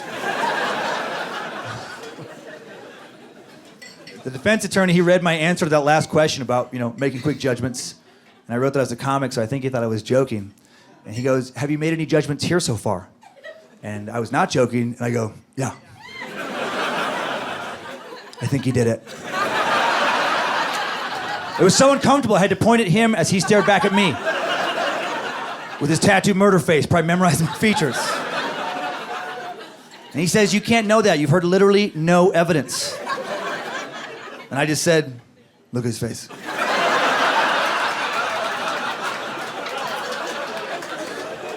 Everybody thinks he did it. And when I said that, I heard some snickering from the other potential jurors. I looked over, I counted at least 2 little sneaky thumbs up. They wanted to show their support, but not get in trouble with the judge.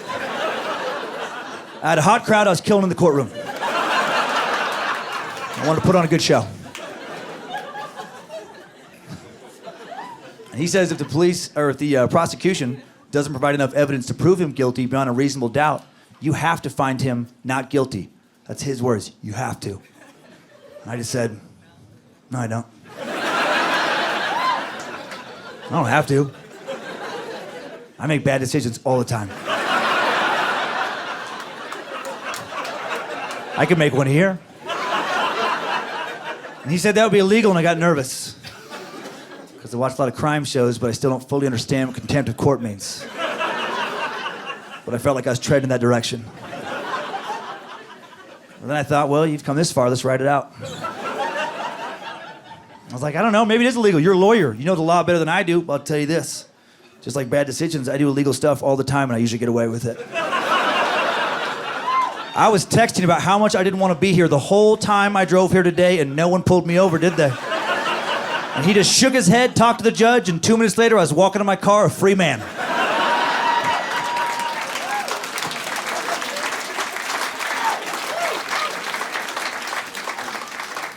The truth had set me free. I can't tell ages anymore. I really can't. Like, I have friends in their early 20s, and I also have a puppy. And I can't tell them apart. Right? All I see are these energetic beings running around trying to show strangers their tummies. Right? Either way, they're not allowed on the couch, so... Look, I know, it's tough to tell what age I am. Because puberty let me down. I can't wear a backpack in public. People think I'm running away from home. I know some of you are like, I don't know, that hairline's moving up. And it's like, well, I make the barber do that. Make them do it. Go in. They're like, where do you want your hairline? Where it naturally is? Here? I'm like, no, I want to be relatable.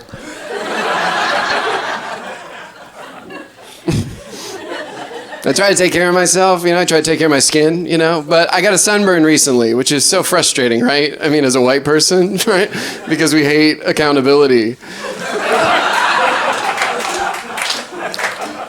But for a week, I had to be like, okay, this is my fault. Everything else, no.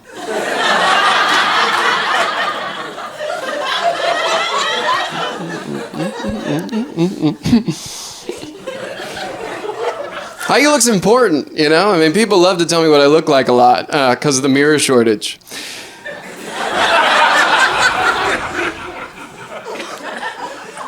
And I got a fun one recently, actually. I was just walking around in New York, and a man saw me, and he just said, "Not another Spider-Man."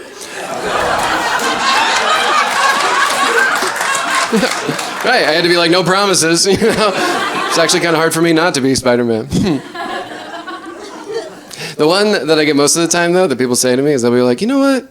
Man, you look like you could be from right out of the 50s. Yeah, it's like, because I'm a person? And there were people in the 50s? Anyone could be from the 50s. I feel like what people say is like, yeah, but you look like you would have enjoyed the 50s. Like, inadvertently, I feel like people are saying, like, your face reminds me of the patriarchy at its best, right? Because you got that face of white privilege, but before white guilt, so there's no wrinkle.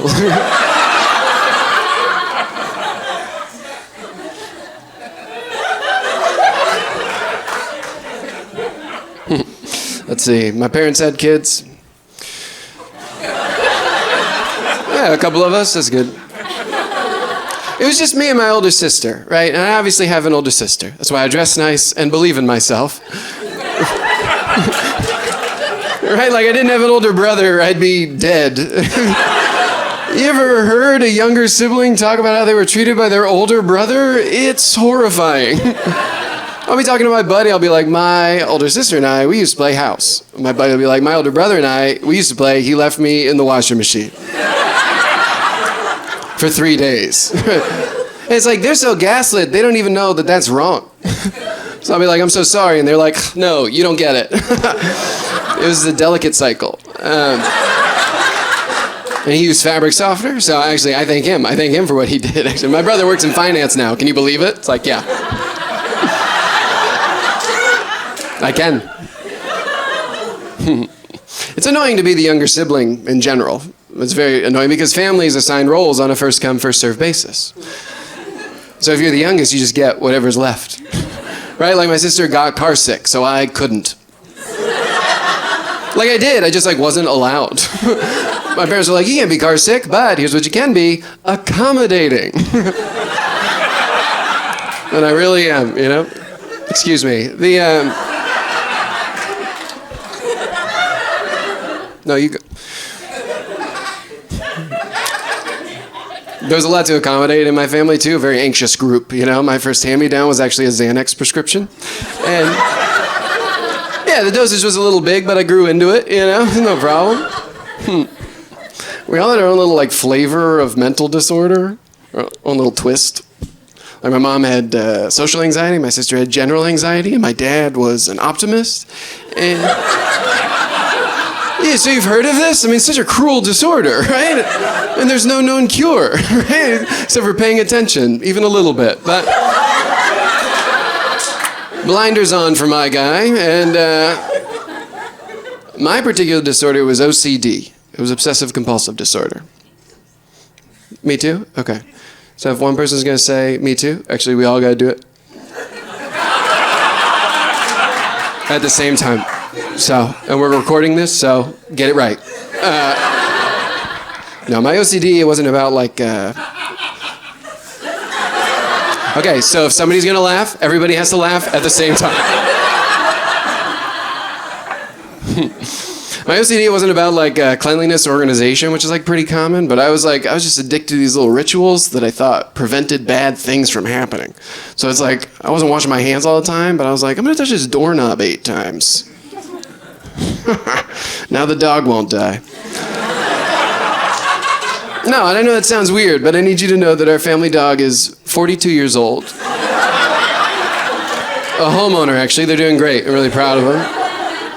I got my OCD under control now, which is good, but my family's always like very concerned that it's gonna come back. So like any repeated gesture I do, very scary. So my sister will be like, hey Lucas, I just noticed you're taking multiple sips of water. And that's totally okay, but I did want to check. Is that your OCD? Because I saw you always look both ways before you cross the street. And that's okay, but I did want to check. Is that your OCD? Because I know you told me you always put your pants on, one leg at a time. And that's totally okay. But I did want to check. Is that your CD? It's like, no. That's how people put on pants. So yeah, I put them on one leg at a time. It's so stupid. And I always go left leg and then right leg to make sure North Korea never develops long-range nuclear missiles.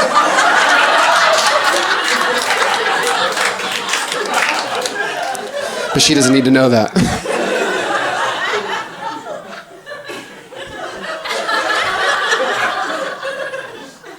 I think I'm all set on family. I think I'm all good. I'm done. Family is my least favorite group project. Because it's like in school, there's always somebody who has to do the majority of the work, right? And it's never the dad.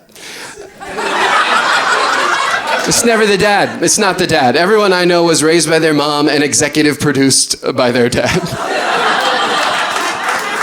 Right? You need him to get the project made, but he isn't like in the editing bay. He's just showing up like, this is all my money's getting. So.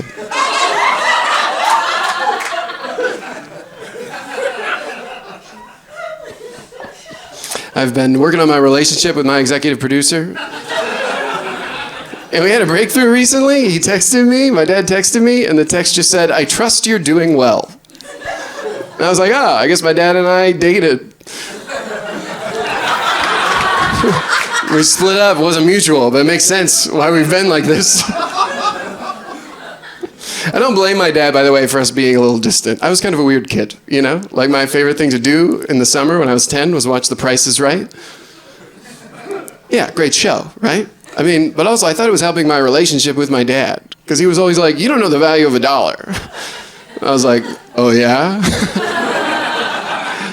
I bet you don't know the value of this brand new jet ski! Come on down! Excuse me. How fun. This is so nice. For some amount of time, I haven't checked my phone. And I love that. Isn't that nice? I haven't looked at my phone this whole time. We're on our phones so much. We're addicted, right? I mean, I just said phone. And a small part of all of your brain was like, oh yeah, my phone. I wonder what it's doing. Does it miss me too? It's like we're on our screen so much, I'm worried that I'll have a kid and they'll like make eye contact with someone and I'll have to apologize. I'll be like, I'm so sorry, he's an old soul. He was just diagnosed with attention span. I don't.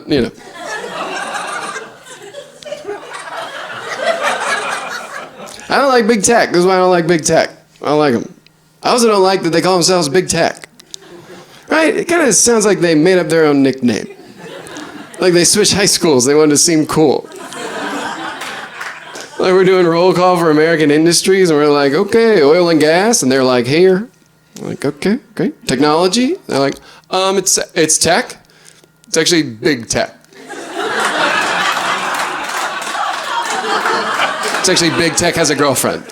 It's big tech has 2 girlfriends, but we don't use labels. It's big tech. Tech is big and the biggest tech. So tech, big, tech. Okay, great. We got it. All right, and before we get started, is manufacturing here? And then the class is like, they moved. You could be any witness that you want to be. I started doing comedy in Ohio when I first started. My friends and I, you're always a broke person as a comedian, looking for ways to make money. My one friend told me about this thing where you can sue somebody on court television, and the court show actually pays whoever wins, and it doesn't go on anybody's record. So we started just making up cases to sue each other, and then just split the money and make sure the plaintiff wins. I was a witness on Judge Alex.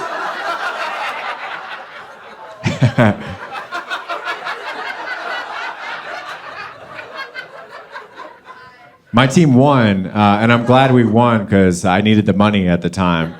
Man, I'm just glad we got this money. I needed the money so bad. I'm broke. I have like 3 frozen hamburgers at home. I can't afford to buy toothpaste.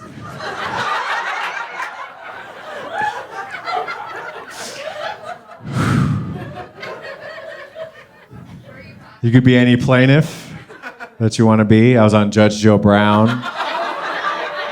as a plaintiff. You can be any defendant that you want to be. I was on Judge Alex again as a defendant. I went a few years later. I used my middle name to slip past the producers. And this one I played a promoter. I was supposed to promote my friend's Battle of the Beards contest, and I kind of just blew him off and didn't do anything. And when I got to court, I really didn't have much of a defense at all either. And Judge Alex was not impressed with me. To me, I just think communication was failed. Communication was failed? I agree. What does that even mean? I don't know. I just think it was just a misunderstanding, and I don't understand why it's got to be like this. How much weed do you smoke? All right.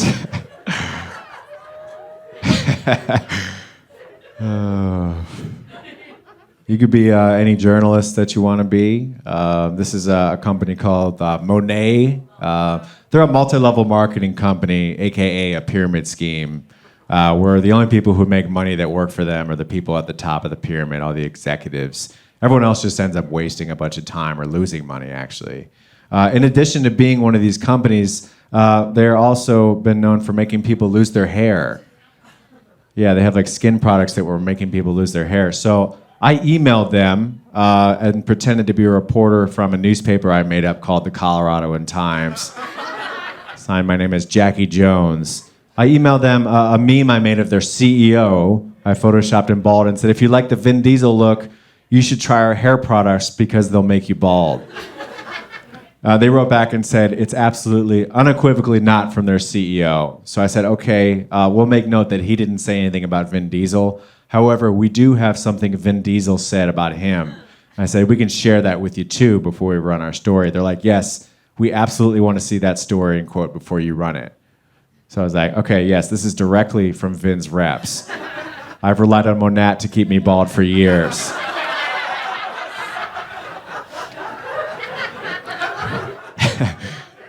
So after this email, the next email I got was from their lawyers. And they sent me a multi-page demand letter. It mentioned Vin Diesel like 6 times. And they said that you can tell it's not their CEO by a simple Google search.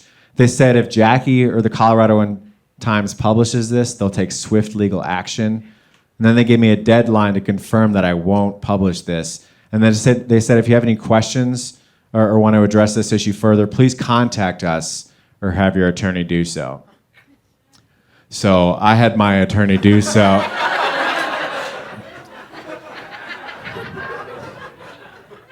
I wrote them and said, on January 28th, 2021, you threatened to take swift legal action. I'm reaching out to inform you that if you take any legal action against Jackie or the Coloradoan Times, even just a tiny hair of legal action, I'll respond by photoshopping every Monad executive bald. These photos will be posted on the internet and made easily accessible by a simple Google search. In addition, I'll get in touch with every bald celebrity to ask them if they'd be interested in promoting Monat, and that list includes, but is not limited to, Pitbull, Charles Barkley, Samuel L. Jackson, Dwayne "The Rock" Johnson, Larry David, Seal, Terry Crews, and the Dalai Lama. You have until Friday, January 29th, 2021 at 8:59 a.m. Mountain Standard Time to read this email. That time has already passed. If you have any questions or wish to address this issue further, please do not hesitate to contact a Jones. Sincerely, Jackie Jones.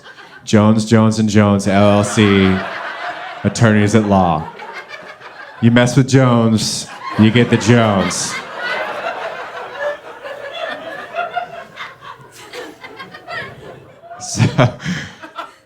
So I shared this online, and someone saw it, I guess, and then they sent me a link to a Zoom party that all of the executives, all the people at the top of the pyramid at Monat were having together.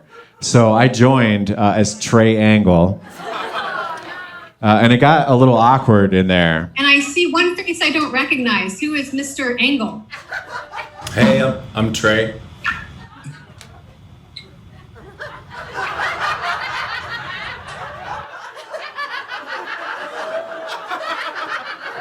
And they removed Trae from the meeting.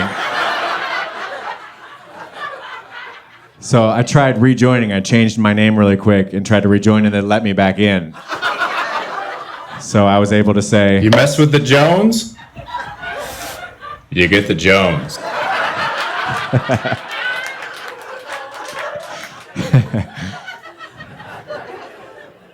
you could be anything. But yeah, a little old. But I keep saying I'm getting older. I'm not that old though, but sometimes I wonder like what the world's gonna be like when like millennials and Gen Z are like the senior citizens.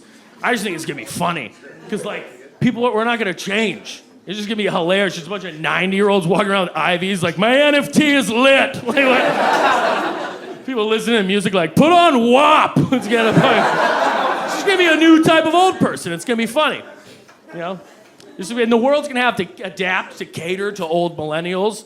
It's gonna be funny. Like, in 50 years, you might see commercials like, it's a cane and a selfie stick. If you call right now, we'll give you 9 free sticks. People will still be talking about each other's social media. Like, you see the picture Sarah posted wishing Brad a happy birthday? She doesn't care it's his birthday. She's just showing off her new hip. Very transparent. We all know why you posted that. I think my least favorite thing about social media is like that narcissism of it. People just will post anything just to show themselves off. People love getting likes. People just love getting likes. I don't even think people would do certain things if they couldn't post about it. Like, I think if social media ceased to exist, I think there would be a 30% drop in marathon participation. I think everyone in their 20s would be like, well, now what's the point in running? I can't post a photo of myself at the finish line drinking a craft beer to show everyone I'm as fun as I am fit. I get it though, you like attention for your accomplishments. So it feels good when like you do something good and like people know about it. That feels good, you know? So I think it actually would have been kind of annoying to maybe like do something impressive before technology and social media, because it would take people a while. It's like if I invented something right now, I could like repost something and I know everyone would see it, and that would make me feel good. It feels good. But if it was like 1930, and I was the one who just invented Scotch tape, pretty big deal. I bet I would run into people I know before they caught wind of my accomplishment. I'd just be standing there like, they don't know how amazing. I feel like I would just be steering every conversation towards tape so I could bring it up and impress them. I'd be insufferable. I'd be on a first date, she'd be like, I feel like we're really bonding. I'd be like, I know, it's like some sort of adhesive.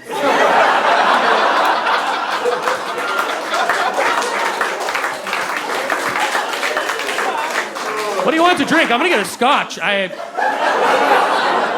just get there early, rip her menu in half. She sits down, she's like, that's weird. I'm like, I actually have something. I mean, like, if I climbed Mount Everest before social media, I'd want everyone to know, but I want to brag about it. I'd just be finding terrible segues. People come up to me like, hi. I'd be like, you want to know what's hi?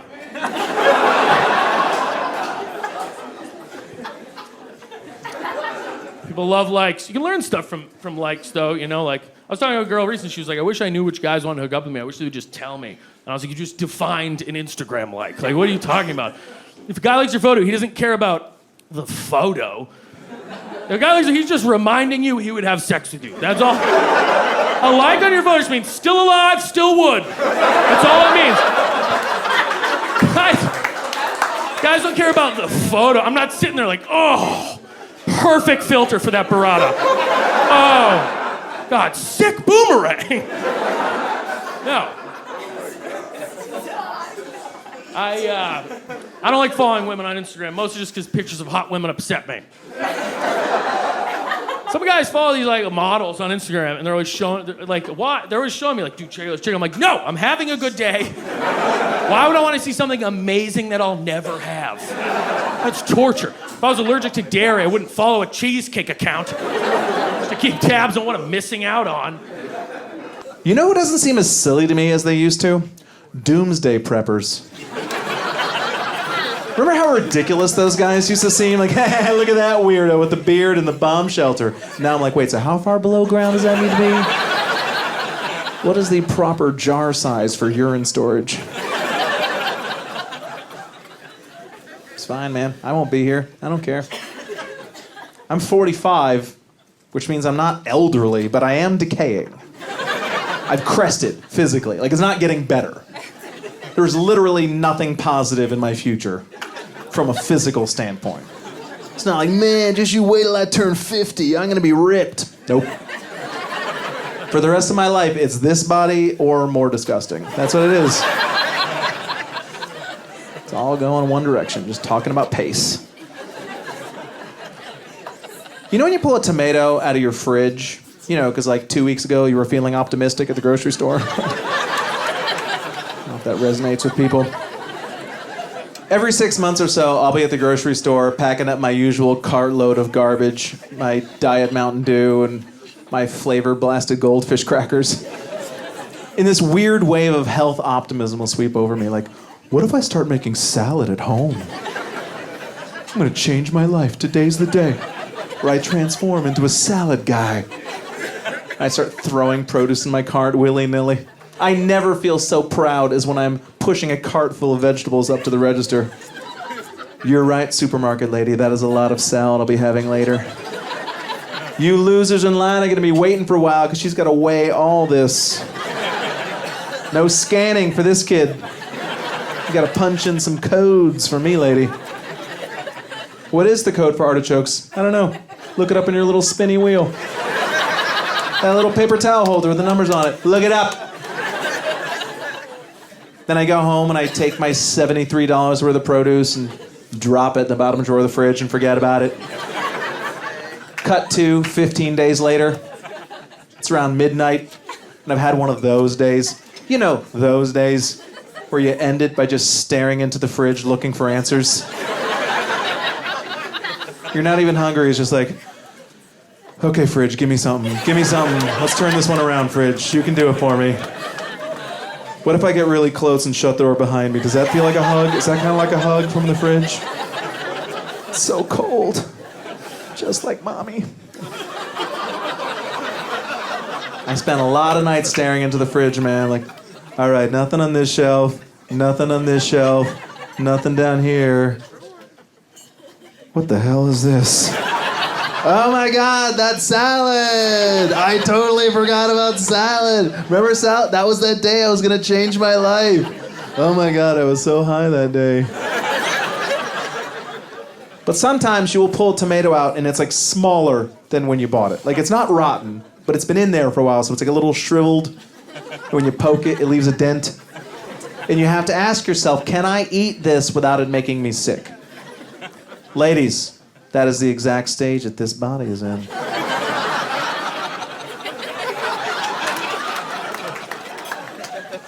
Oh, you can eat me, but it must be today.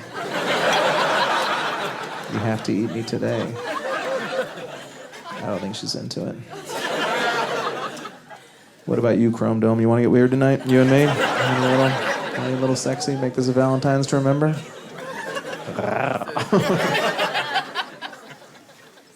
I'm trying to stave off the inevitable. I do go to the gymnasium. I don't like it. I'm not one of those weirdos who enjoys physical fitness. I used to go to a personal trainer, and I had to stop because the guy was just too excited about life. Just bummed me out. He was always telling me to bring it. Like, I'd be on the bench trying to push up the bar, he'd be standing above me. Come on, man, bring it, bring it! Like, dude, I don't even think I have it. So, let me look around and I'll just bring whatever I find. How about you bring it and I borrow it for like an hour? And 10 minutes later, he told me to get some. Like, come on, man, get some! Okay, why did I need to bring it if there was some here? That makes zero sense. Wordplay. I'm making changes. I am making changes. I'm trying to quit. Just quit overall. That's my plan for the future.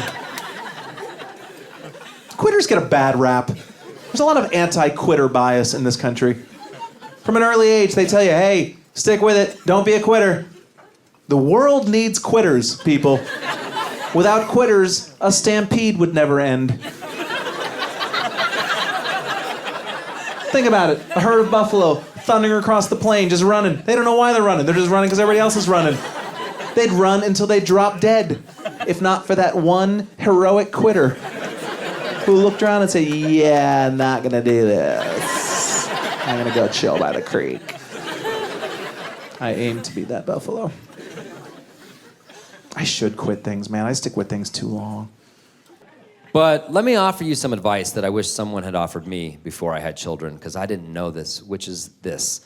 When you're traveling with your family, when you have children, and you travel with said children through the airport, you can be randomly selected by TSA, who will suddenly decide to start peppering your children with questions to make sure that you are not kidnapping them. How fun's that? And I didn't know this was even a thing until it happened to my little family at Denver International Airport. We're traveling through the airport, ready to go. To give you an idea of my son Malcolm's desire to talk to strangers that day, let me explain to you his outfit. He was wearing headphones, not plugged into anything at all, fingerless gloves, and winter boots on a 95-degree day. I ask you, is that the outfit of a 3-year-old who'd like to dialogue with a stranger? I'd argue not. And yet, nevertheless, we're passing through security and suddenly a TSA guy is in Malcolm's face. And he's just like, hey son, what's your name? And Malcolm's like, Malcolm? He goes, okay, good. Is that your brother over there? He goes, yeah. He goes, what's your brother's name? He goes, Ellis. He goes, okay. Are those your parents? And Malcolm goes, I think so.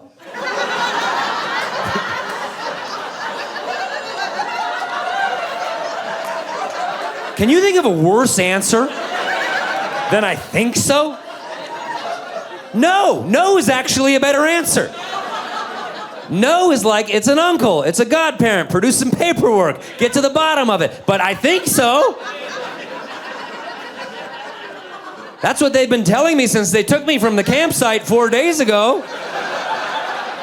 And when I say otherwise, they hit me so very hard. So I think so. And we were like, Malcolm, tell the dude where your parents, what are you doing? Tell him, where are your parents? And the guy's like, son, I'm gonna ask you one more time, and this is very important. Are those two your parents? And Malcolm goes, uh-huh. Like clearly under duress. Uh-huh. Mm-hmm. And then they just let us through because they're TSA and they're inept. TSA is like, hey, what if we took the crew of a Times Square McDonald's, put them in charge of global security? What's everybody think? Good idea or not?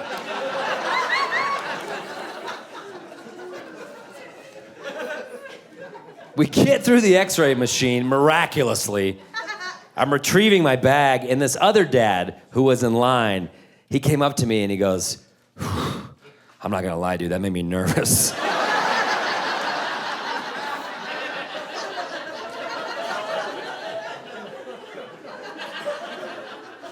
I go, made you nervous?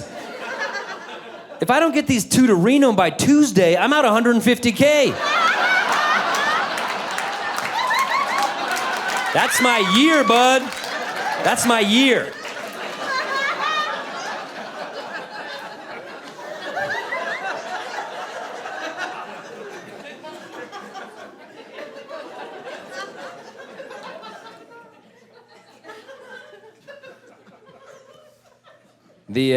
The exception to the rule of Malcolm's shyness is women. He likes talking to women. In fact, he'll only talk to women, which I so get. Men are the worst. If I had the option of never talking to a man again my entire life, I would take that option. But men keep talking to me, and it feels rude not to respond, so I have to engage. My son, he's under no such societal constraints. He can talk to whoever he wants to talk to, and he's decided that's only going to be women. So the other day, we were at the park, and we were playing Delivery Guys, because my son will only play working class games. Yeah. Delivery guys, firefighters, EMTs, construction workers. Some lets me know he doesn't respect what I do for a living at all.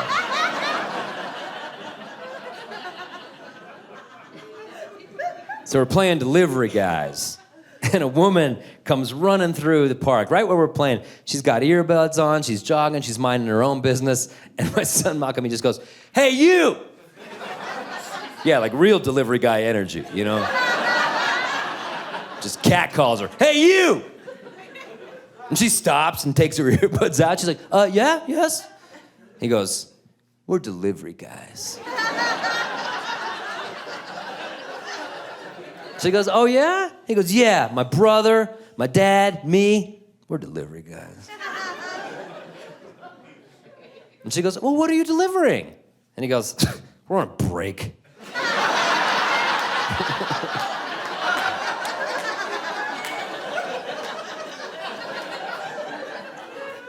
Like, I'm not pretending to know my son's eventual sexual preference.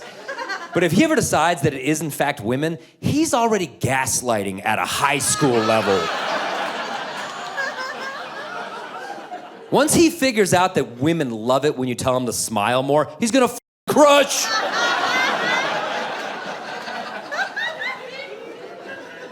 And I can feel a lot of women in the room not liking where that joke went. But I set up the joke by saying men are the worst, and then I ended the joke by giving an example of men being the worst. So I ask you, is it the joke that you don't like, or do you just hate foreshadowing? My first job, I was a teacher. That's what I did. And first job, I lied to get a job because there were no phys ed jobs. And that completely backfired. They made me teach grade 12 history.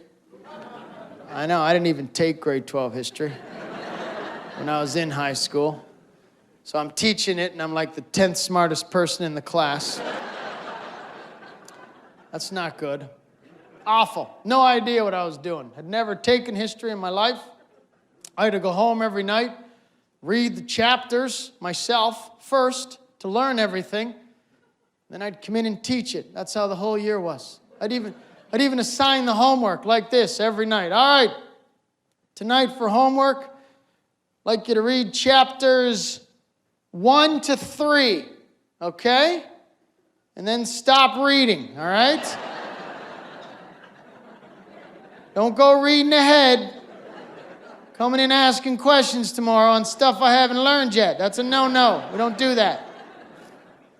Because that's what the smart kids would do. Every day I had this kid, Duncan. Every day he had a new question. "Sir, what happened to the Mayan civilization?" "What chapter's that, Duncan?" 15. "What are you, a loser? You read the whole book already?" I couldn't call him a loser. I could think it. But that's the thing, right? Teachers don't know the answer. We don't admit it. I never said, "I don't know." I'd lie. Throw it back on the kids. That was my trick. "Oh, is that right, Duncan?" "Huh. So you think I'm just going to spoon feed you the answers all year, do you?" No, that's not how I teach, kids. So thanks to Duncan, I would like the rest of you to go home tonight and look up what happened to whatever he's mumbling about at the back.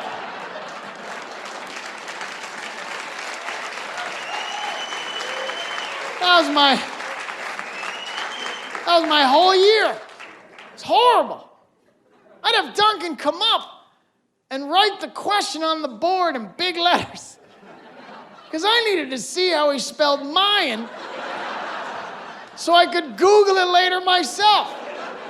Thank God for Google. When you can't spell something, at the top it says, "Did you mean this word, idiot?" Thank you, Google Master. It was horrible. Then you had to come in the next day, take up the homework. Oh, I still don't know what happened to the Mayan civilization. Kids have their hand up. I'm like, "Put your hand down, Dave. You got a 30 average. I'm not gambling on your answer." Can't ask a kid with a 30 average. I don't know if he's right or wrong. He's gonna give an answer. I'm just gonna be like this. That's a good. Let's see what someone smarter than you thinks. That's how I had to. Lorraine, can you tell us what happened to the Mayan civilization. And then whatever she would say, I would vote. How many people agree with that answer? There you go, Duncan. That's exactly what happened right there. There's a whole year of that. One kid smoked pot every day. Unbelievable. Pot. This kid would smoke it every morning, 9 o'clock, first period. Walk in stoned every day like I'm stupid. I can't tell you're stoned, it's 12th grade. You stick out like a sore thumb. Teachers aren't idiots. Then I thought about it. I think the only grade that kids could have smoked up before class and walked in without getting caught was kindergarten. That's the only grade. Think about it. You could have smoked up all you want before kindergarten. Stormed into class. No one would know. It took everybody an hour and a half to get their coat and boots off. You smoke up all you want. You'll be taking forever to get your boots off. So would everybody else. You'd be like, God, everybody's smoked up today. Look at this. Who's the dealer? Imagine being stoned at the age of 4. That would be hilarious. Trying to get that piece of crap $8 snowsuit off. Remember this thing from Kmart? Had one zipper. Started at your forehead. Couldn't breathe for the first 3 minutes of the day. Got stuck 15 times. You're stoned out of your mind, walking around going, God, it's hot. It's hot. It's June. Why am I wearing a snowsuit? This pot is screwing up my ability to recognize the seasons. What kind of crap zipper was that? One zipper. When only the left leg came out, remember? It started up here, wrapped around a couple times, in case it wasn't on tight enough, we'll wrap it up. And then only the left leg, that's how it was made. People making it were like, let the little potheads figure it out. We don't need 2 zippers. So you're stoned out of your mind and you can't get it off. You're like, I can't get the right leg out. And you're dragging around your snowsuit. You think it's a dead body because of the pot. You're like, whoa, there's a dead body. You're getting tired. That's a great grade to be stoned. Miss, I'm tired. When's our nap? Oh. Did I miss snack time? I'm starving. I'm so hungry. I was racist in grade 1. Yeah. I didn't mean to be racist. I don't know why I did this. My best friend was a kid named Rami Jahari. That's how he said his name. I don't know why I did this. I wasn't trying to be funny. I wasn't trying to be mean. I was just a 6-year-old kid. He was one of my best friends, but I'd call him over every recess. Rami! Okay, let's try this. Did I say anything? Nothing? Okay, I got some other ideas tomorrow. I'll see you at recess. I do that every day. And then I go to his house for lunch. You ever go to an Arabic person's house for lunch when you're 6? It's terrifying. Everything they say, they sound angry. His father would come in the room. Rama! Mitayaka si tayar makaratia! Okay. My dad would like to know if you like peanut butter and jelly sandwich for lunch. I had a buddy skipped grade 1. Wow. How the hell do you skip grade 1? What are you, big finger painting champion? Duck, duck, goose winner every day? Wow, look at that kid run. Skip him. How stupid do you feel, though, walking into grade 2? You just skipped grade 1. Everyone's looking at you, mocking you. Look, that's the kid right there. Skip grade 1. No, shut up. Heard he's really good at cooperating with others. Remember, I had to do the food groups project. Remember this waste of time? Did it every year. It's like every teacher assigned it. It's those teachers that had nothing to do. That was me. No lesson plans. I'd show movies when I taught. This is how selfish I was as a teacher. One year I was teaching geography, and I was showing Rudy. Because I like that movie. Had nothing to do with the class. I'm like, this has nothing to do with geography. Happened in Indiana, okay? But what I would do is I had geography period 1 and geography period 2, the same grade. I would show period 1 the first half, and then I'd just keep it going the second half. They're like, what? Period 2 is like, why are we watching this in the middle? Well, I just saw the first half. I don't want to see it again. I remember doing the food groups, though, every year. So then I assigned it every year. That's how it works. I'm going to do what all my teachers did. But I remember being in grade 1, and we had to do this project. 6 years old, if you're going to do a project and they sign someone with you, you got to be supervised. You can't leave 2 6-year-old boys up in a room doing a project, because I don't know how we got to this. But we did our project. Nutrition. We couldn't spell. Nutrition. And you underline it. Double underline, double.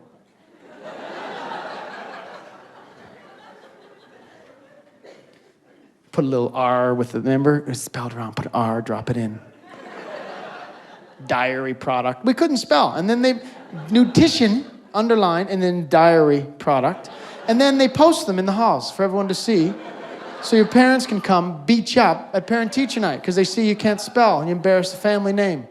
Because your name's this big on those posters. We go upstairs. This is a true story. I don't know what it means. I don't know how we came to this. We finished taping everything. His mom's picking him up in 2 hours. It takes 15 minutes. We're up in my room, 6 years old. I suggest we tape our penises together.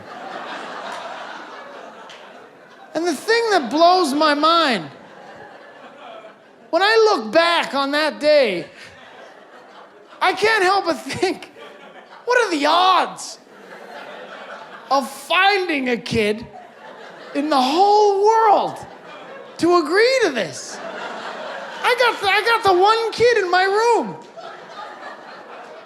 And he wasn't like, he didn't question it. He was like, yeah. Like it was like, it's like he was thinking it too. And that's the weird stuff you do. Joey, I'll never forget it. Joey and I are up there. Oh, this is gonna be fun. We stripped down. And we just did that. We taped our penises together, and we just stared at each other. We didn't know what to do. Completely naked, just standing there, thinking maybe this wasn't such a good idea. And then he says, I lost it when he said this. I ended up peeing all over him. And he wasn't trying to be funny, but we were 6 years old. We had just learned the alphabet. And he's staring and he says, he's all excited too. We made the letter H. And that was it. That was our project. I wasn't even a good student. I remember being in grade 6. That was my worst year. Couldn't read very well. And they made you read out loud. Remember that crap? Get rid of this reading out loud in schools. Nobody is listening to the kid that's reading. We're not following, we're doing the same thing. We all sat at our desks, terrified, counting people to see which paragraph we had. That's all you want to know. Which one do I got to read? Is it big? Is it a big one? I'm going to line it up. Kid, before you go to the bathroom, you're like, oh, I'm screwing up the order. I don't have the same paragraph now. You always had that one kid, too. Every school had that one kid in grade 6 that was 7 reading years behind everybody. Remember this kid, Bruno? Couldn't go to recess till Bruno finished reading. I was like, what? My life was recess in grade 6. I was the first kid lined up. This is how I stood at the door. 2 minutes before the bell, just like this. Come on, let us go, let us go. This is... My buddies are behind me going, go get the field, Gerry, go get the field.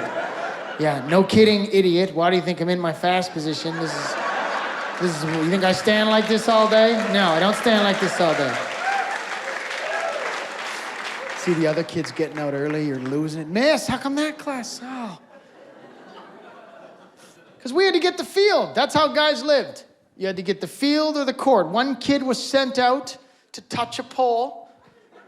Sometimes I'd be on the wrong field, just holding the pole. No one's showing up. That was my whole recess. Come on, where are these guys, man? I got the whole field to myself.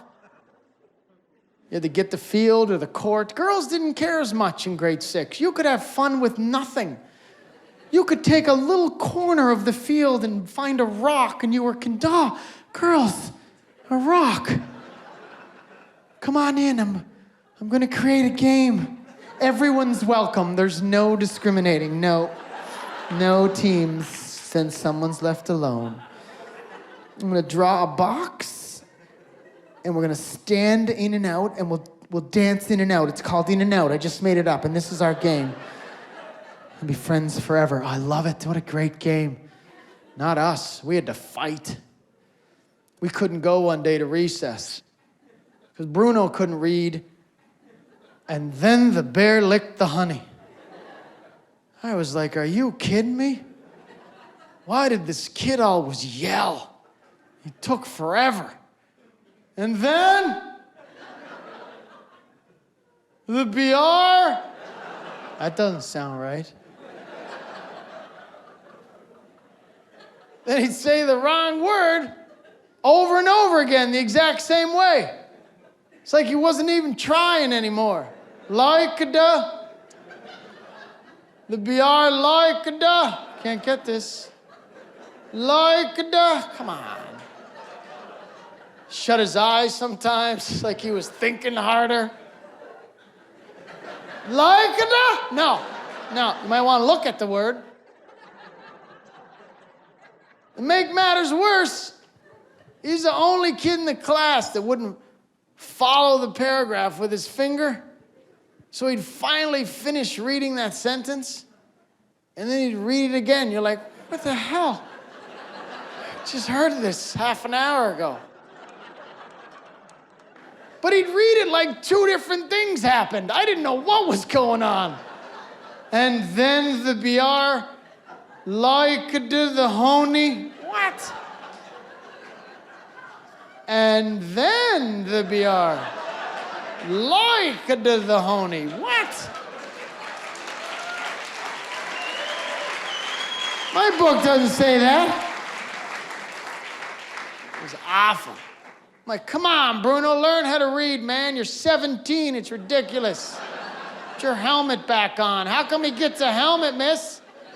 Nobody told me why he wore a helmet. How come he gets a helmet? Gets to leave every day at 2 o'clock on his own bus? That's not fair.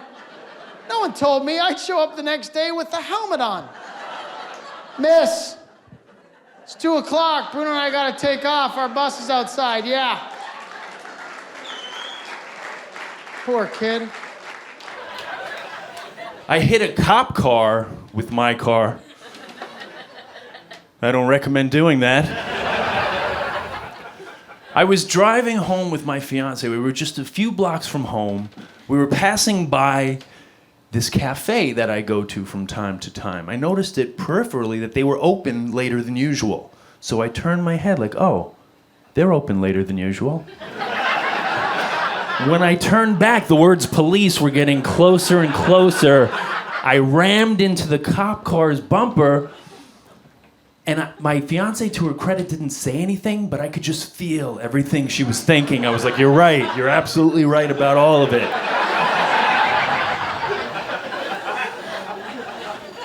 The cop car, we're at a light. The cop car turns off to a side street. So then I turn to my fiance, like, should we just get the hell out of here? Like, it's like, no, we can't do that. So then I turn and follow the cop and pull up behind him. Now all of a sudden it's like I'm pulling him over. Like, maybe I work for the NYPD now. So then we're just sitting and waiting. Cop finally gets out, ambles over. First thing he says is, bad idea hitting a cop car. I was like, yeah, actually it wasn't my idea. It just happened. Then he was kind of like pacing around. Like, remember when you were a kid and your parents were almost like searching for the punishment? They were beside themselves.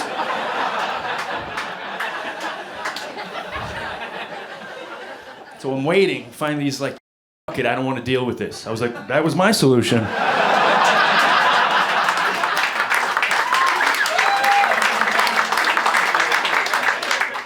Then he goes, you were never here. Which I thought was almost existential. Like, are any of us ever really, truly here? Then he turns and walks back to his car. As he's about to get in, he turns back and says, oh, are you okay? I was like, yeah, we're fine. Are you okay? He's like, yeah. Gets into his car, drives away.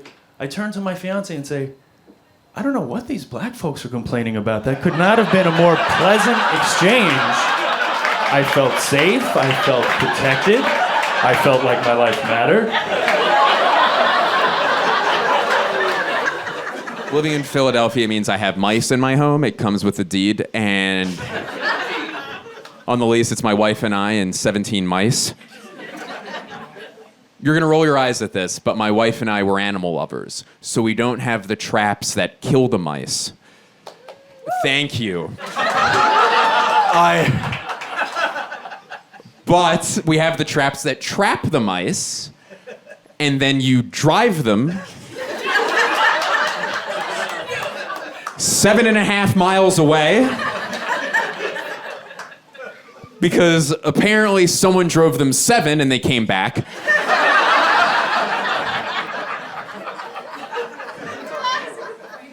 One of the most degrading trial and error situations I would imagine. So you rehome them. You rehome the mice. That's what you do. And it's weird. I've been working my entire life to become a professional stand-up comedian, and now it turns out I'm just an Uber for varmints. That's what I put on my taxes. Uber for varmints. I have 20,000 dependents spread throughout the city. They say it's the humane thing to do, though, not to kill them. What they don't tell you is how weird you look when you drive into a random neighborhood, get out of your car, and then just release mice into it.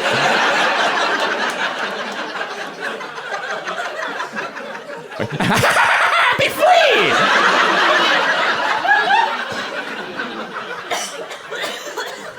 I did the other day while school was getting out, and this little girl turns to her dad, and she goes, oh my God, Daddy, is that a wizard?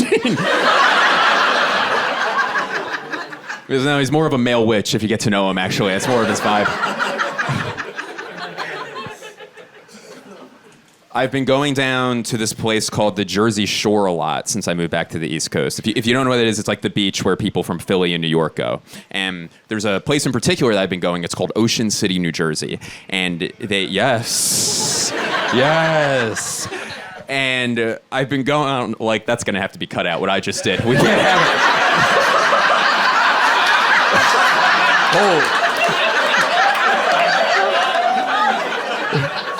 They blur it out, you know, it's so humiliating. Like,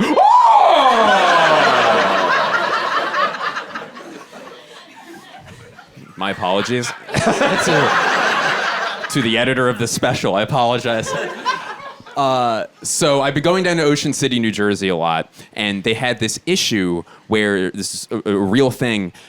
Seagulls were dive bombing people on the boardwalk, and they were knocking food out of their hands and knocking hats off ladies' heads. So the local government in Ocean City, New Jersey, their solution to this, after much deliberation, was to hire a birds of prey company to release hawks into the air to go to war with the seabirds. What the f***? That was your solution? And one of my favorite things to witness in life is this thing that I call the I f***ed up at work walk, where you messed up at your job and you have to tell your boss, and you're not going to get fired, but he's going to be a real piece of about it. So you're kind of just trudging, you know, the way you're bummed out. And I saw a guy doing that on the boardwalk, and I will paint a colorful description as to what this man looked like. In his one hand, he had a little hood. How little? You might be wondering.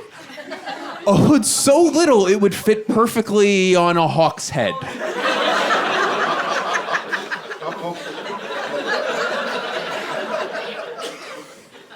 And on his other hand, he had a big, scary, thick leather glove going up to his shoulder.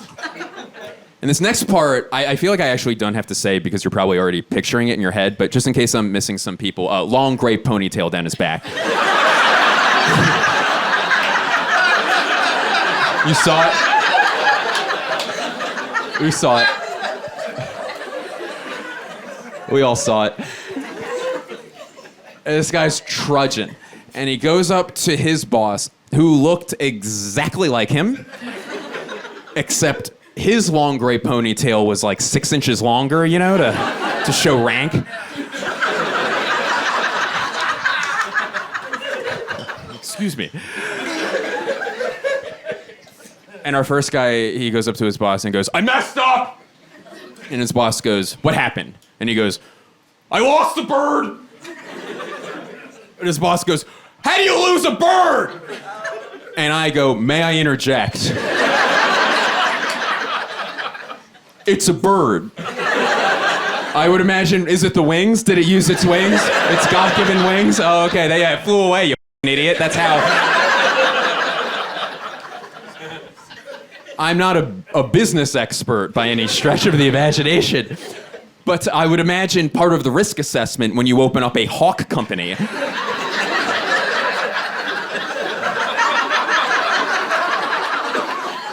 Some of them are gonna fly away. They're gonna fly away. Hey, you lose a bird. Oh my God, it hit me over the head with a fish, stole my iPhone, hailed an Uber, and drove away. I now feel if you want to feel generally positive about the current state of the United States of America on a global cultural scale, what you need to do is you need to watch 90 Day Fiancé on TLC, because you watch that shit and you realize America must be doing something right, dude. Because people all around this world are lining up, doing whatever it takes, throwing it all away just for the chance to make it somewhere in the Midwest. They don't give a where they end up, dude. They'll do anything, up to and including marrying the biggest jabroni in the state of Ohio, gladly. They'll interview this guy on there. He's like, "Yeah, my name's Jason. I'm a 35-year-old dodgeball coach. And ever since my mom kicked me out, I've been looking for Miss Right, you know, like the type of woman that knows how to load the dishwasher and keep her mouth shut during Buckeyes games, that type of thing, right?" And you're listening like, "I don't like your chances, Jason. You don't seem like much of a catch to me." Then they cut to some beautiful girl in Estonia or somewhere like that, just like, "Jason is man of my dreams.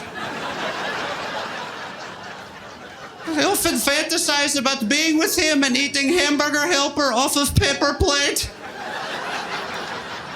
I've been married 3 years now, and I love being married. When I'm on the road, I see men talk to women in the wild, and it's crazy. I was checking in at a hotel.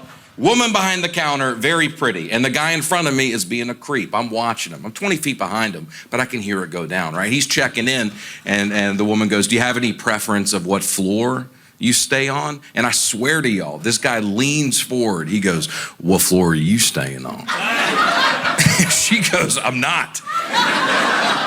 I work here. I don't stay at the hotel that I work." Do you think I'm a guest just chipping in down here in the lobby? Is that honestly how you think we staff this La Quinta? You think you gotta be the lifeguard tomorrow? I don't stay at the hotel that employs me, you moron. So he walks away, tail between his legs, rightfully so. Now I'm up next, right? I saw the whole thing go down. So I was like, okay, I'll bond with her over what a creep the last dude was. So I'm checking in, and she says, "How many room keys do you want? 1 or 2? So I go, "How many room keys do you want?" And she did not get the reference at all, dude. I looked way worse than the first guy, if I'm being honest. The look on her face, she's like, "They just keep coming in today." I mean, is there a creep convention in town? What's happening here? There was a lot of things that I saw people doing that I knew I wasn't gonna do as a mom. Like the one thing I don't do is boys will be boys. I don't do that with my son. It's too permissive. There's no equivalent for little girls. So I don't allow it. And you know, the parents that I've seen do it, it gets out of hand real quick. You just know it's gonna snowball to bigger things, like boys will be boys. He stabbed the babysitter. He's a boy. He's learning to express himself. My job is to see to it that all devices remain charged. I take it very seriously. I'm always on the prowl. I'm like, honey, give me that. You're at 11%. Thank God I was here. Crisis averted. That's what it means to be a man in 2017. Just like, I think we have an outlet over here. Let me keep the family safe.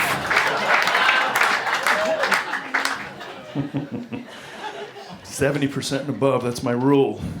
Because she'll let it get down to like the single digits. I'm like, we're not animals. I have outlets all over this place. I only like restaurants that proudly advertise themselves as being farm to table. Oh, yeah. Which is a very silly thing for a restaurant to say. Because that's where they grow food.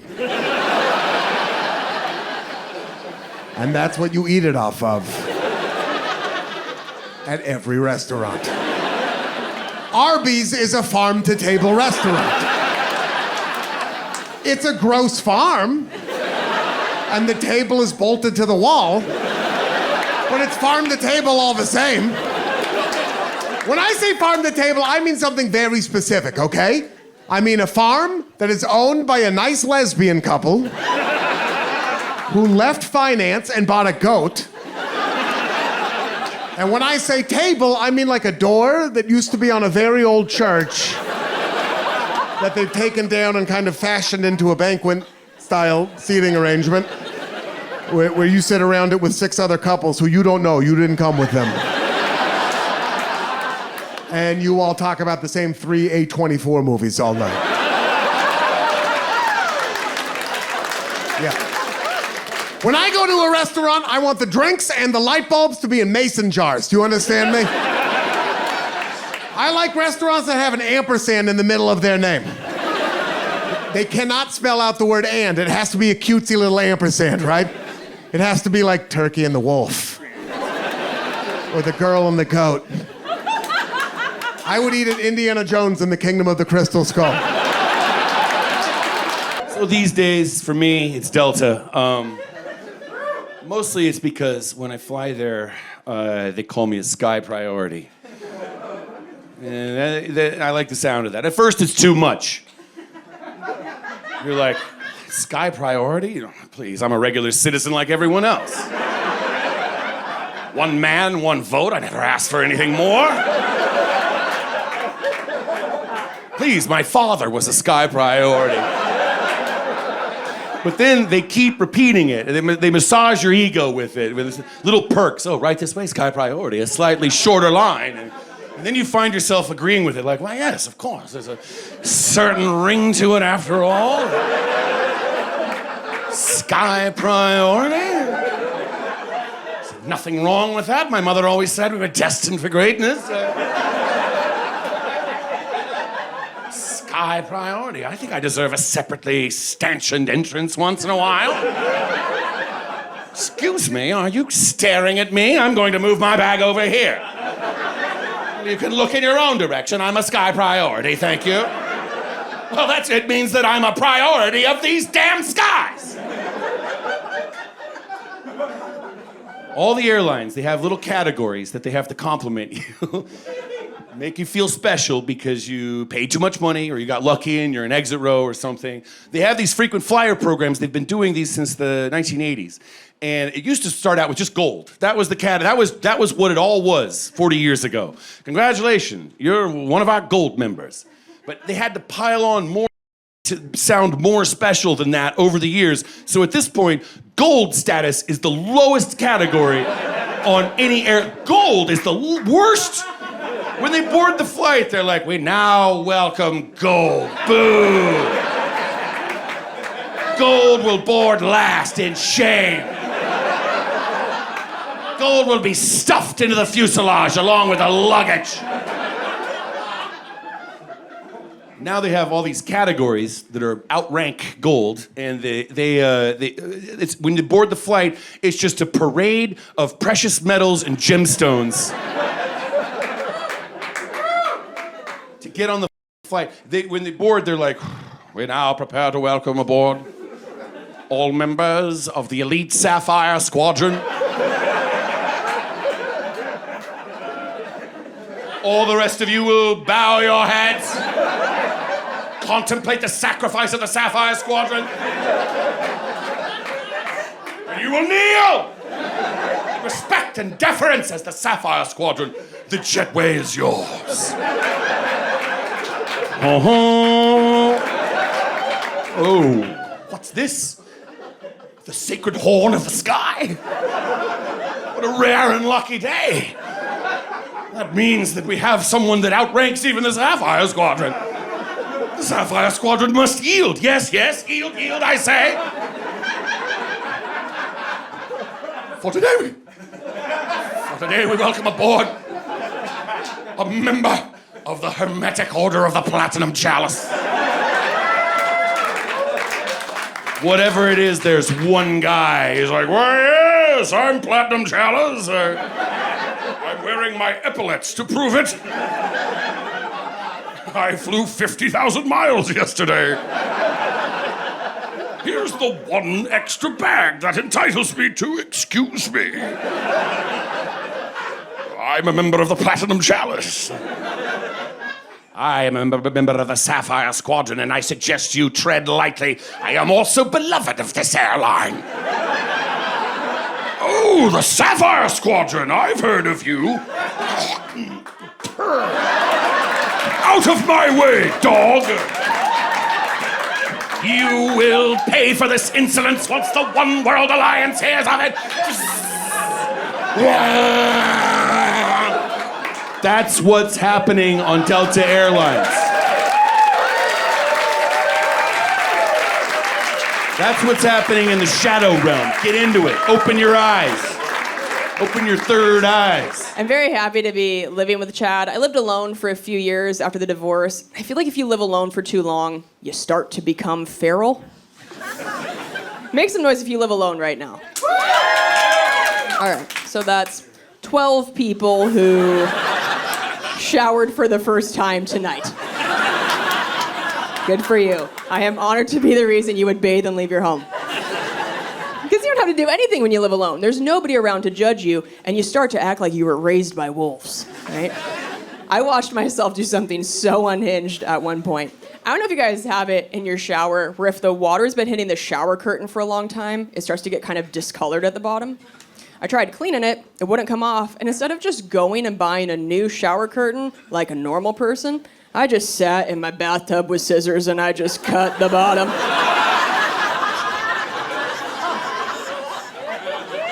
I just went full meth head. I was just like, ay. Arts and crafts. I literally gave my shower bangs. It's not a mentally stable place to be in.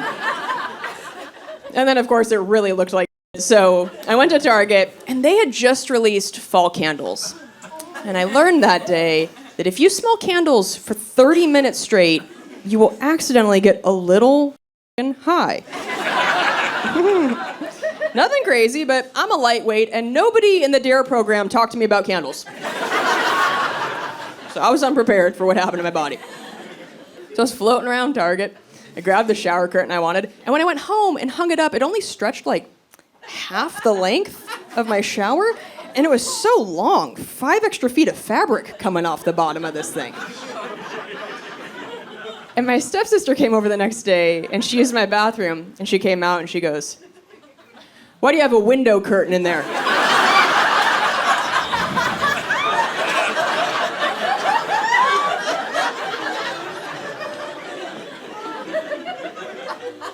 I was like, "What now?"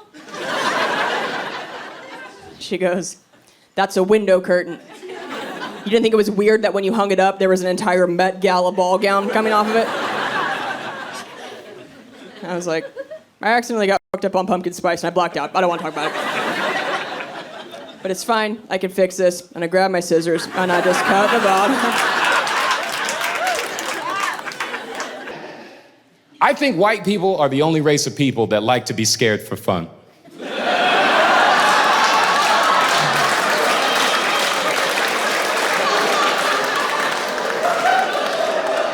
Like, you feel me? Not an attack. Doesn't make you bad. Makes you interesting. But not bad, but bungee jumping, skydiving, swimming with sharks, these are torture tactics. Some of you pay for them. That's a curveball. I just think white people get to have a different relationship with fear. Doesn't make anyone bad, I just think it's an interesting observation. White people can have a different relationship with fear. Like, I think white people are the only people you could walk up to and just be like, hey, you wanna do something scary today? And y'all won't just outright say no. You feel me? You'll be like, well, what do you got in mind? You feel me? But like, you go to anybody of another race, they're like, no. But like, white people have follow-up questions sometimes. They're like, well, what are you thinking? Okay. Look at roller coasters, right? Theme park owners know white people love being scared so much, you'll pay for a picture of your own face terrified. That's their business model. That's how reliable it is. They were like, yeah, that's where we're gonna get the rest of the money. I've been in so many white homes and seen a framed picture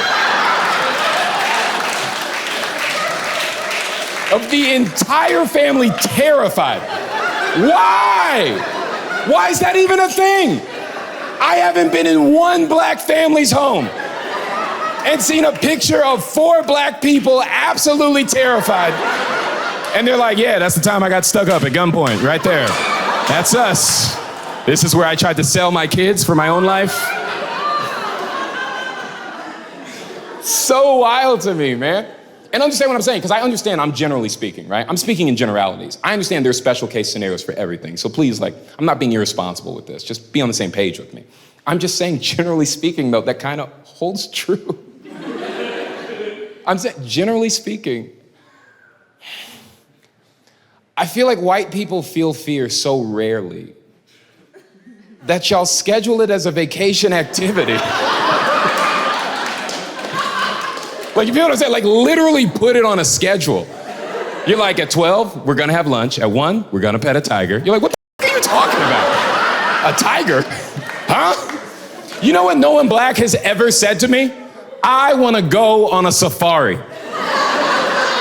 Not once. I got so many black friends, no one's ever wanted to go. It's our country, and we're like, nah.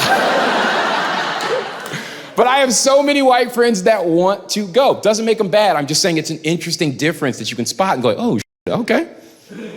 Why doesn't the safari sound insane to everybody? I didn't realize it was something we were so like polarized on. I thought we were all of the same mind, like that's f***ing crazy. And apparently we don't agree. I never understood like why it isn't crazy. You want to go to the zoo without the walls? That's what we want to do? You want to take away my favorite part of the zoo? The part where they can't get me? That's what we're taking away?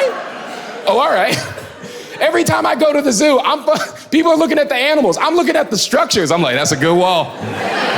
Like that net. Love that glass. I've never understood it. Why doesn't a safari sound dangerous to everybody? It's not even a safe web browser. You feel me? You ever open up Safari in front of somebody with Firefox? Like, what the f are you doing, man? The only way I found out that we were not as wealthy as I thought was the first time I went over to a slightly richer family's house for Thanksgiving, and we all sat on the same kind of chair. I was blown away. I was like, you've got 11 of this one chair type? Are you secretly a duke of some sort? Like every holiday meal in my house would be like, Ivan, go get the computer chair for Grandma. I'm dragging it down the hall. I wanted the computer chair. My mom's yelling out of the kitchen, no chance. You are sharing the piano bench with your brother.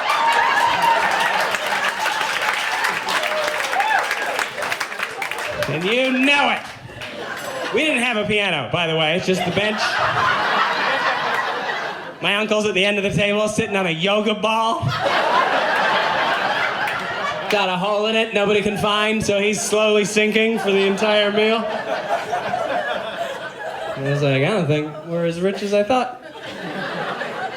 So this was a problem, of course, when it came to buying a diamond ring. I didn't know anything about it. I knew I had to go to a jewelry store. I knew that I was going to interact with a commissioned salesperson. at that store, which I was nervous about because I'm uncomfortable around commissioned salespeople. I'm very easily bamboozled by their tricks. I'm sure you can all tell this from my general vibe.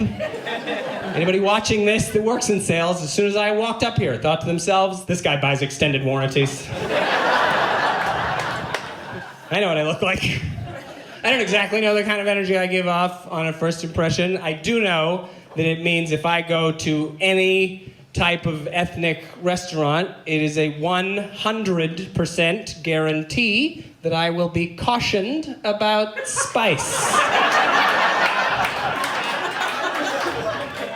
It's not easy getting a medium with this face.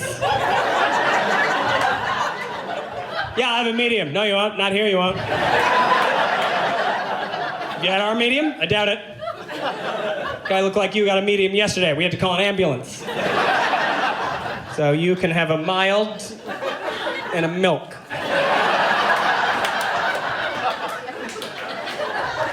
There's a lot of things I wish I knew going into this jewelry store. Number one thing I wish I knew about buying an engagement ring is you don't get to take the ring home from the store that day. Whoops, wish I knew that. They gotta make it the right size. So I just drove to the mall, maxed out my credit card, and then drove home with nothing. Like, gee, I sure hope they call. But they did call. I got lucky, I guess. I go back to pick up the ring. This is where it gets weird again. I show up, I was like, hi, my name's Ivan. You said my ring was ready? And the guy goes, oh yeah, okay. Then he goes in the back, he comes out. He's got the ring in a tiny Ziploc bag, like it was evidence in a murder. And he tried to hand it to me like that. I didn't even accept it. And he goes, oh, do you need a box? Yeah. Who's proposing without the box? That's the whole thing. How smooth of a guy do you think I am that I'm gonna kneel down and just dangle that out there like, babe! You wanna stay together till we're dead? They wrote my name on here in pen. Could be your name. My wife, Lindsay's she's a good stepmom. She's great with the kids. She gets along with my ex-wife, which is nice. I get along with my ex-wife too, for the most part. We try and run parenting decisions by the other person. She's only done something once that really, really made me mad because she never ran it by me and I thought it was kind of an important decision. Just without consulting me, she just went out and got my kids a giant stepdad. And I didn't care for it. Had I been consulted, I would have preferred a tiny stepdad. It did irritate me. For whatever reason, I hoped and I assumed I would be the bigger dude. And I just wanted that to be reality. And then this guy's like 6'5", probably 250, 260. First time I saw him, I just had a sick feeling in my stomach. Just like, no! No! Why can't he be like 5'1", $110 or something? Some little step guy I could toss around to amuse the kids. That's a fun stepdad, the one who lets you toss him around. Hey kids, you want to see how high I can throw your stepdad today? It's funny, right? Get over here!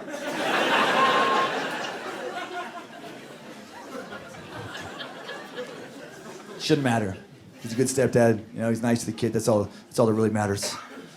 I don't think about him being bigger, a lot consciously, but he's definitely snuck into my subconscious. Because I'll be having weird daydreams. He'll make a cameo. I don't even know why I'm really thinking about it. So I was thinking about some little kid, playground argument. Like, yeah? Well, my dad could beat up your dad. Maybe. I don't know. He might not, if I really think about it. My stepdad could crush your dad for sure. My stepdad would destroy your dad. My dad, he'd probably have something funny to say about it. I don't know. He'd throw in a witty comment from a safe distance. Make up excuses later why he couldn't join in,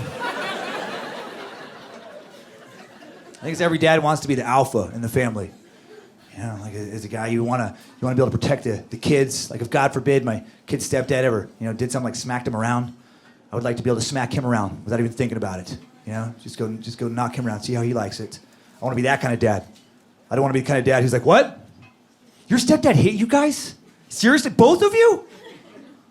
Man, that's rough.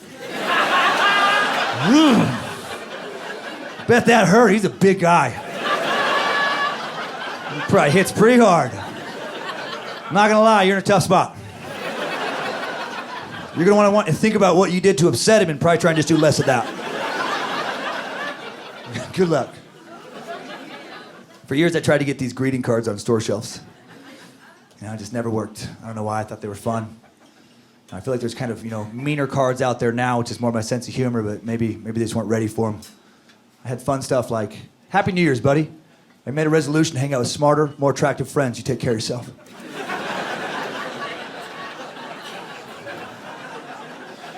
I want to thank you for making me believe again in the possibility of Sasquatch. There's no way that thing's entirely human. Congratulations on your new baby. As each day passes, you grow older and weaker. I've been working out. Revenge is near. Happy Father's Day. I have 4 older brothers, okay? 3 of my older brothers, super fun. Life of the party. One of my older brothers,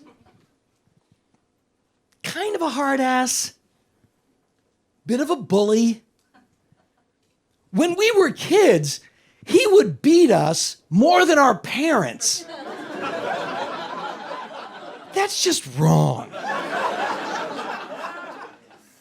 Now, guess which one of my brothers became a cop?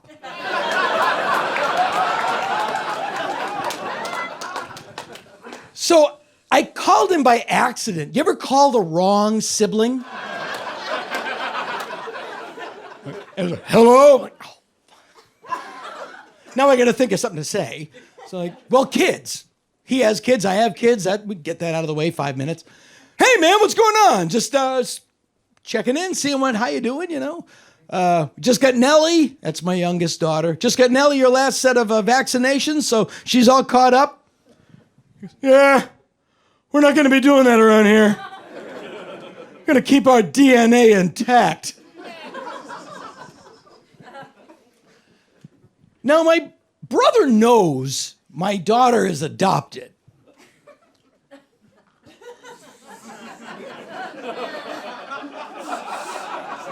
I have 3 daughters. They're all from China. Because I'm terrified of my DNA.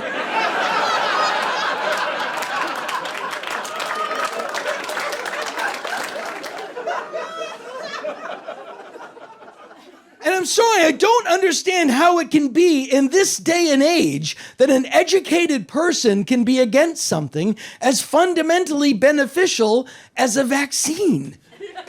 And then it hit me. You know why they're against it? Because other people are for it. The end. That's it. You just have to be for something, and they'll show up. It's all they have. It's what they do. Go online tomorrow morning and just quietly post, I like French toast. Check back in 20 minutes. French toast! Breakfast of the privileged? What else do you like for breakfast? Genocide? Where do you work?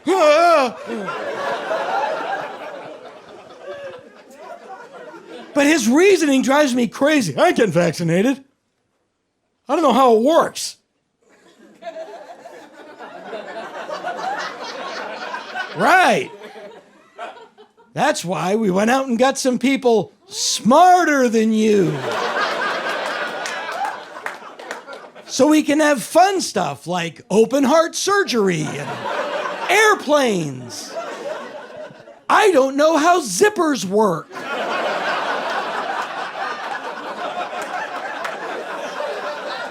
But every morning I put my faith in the science.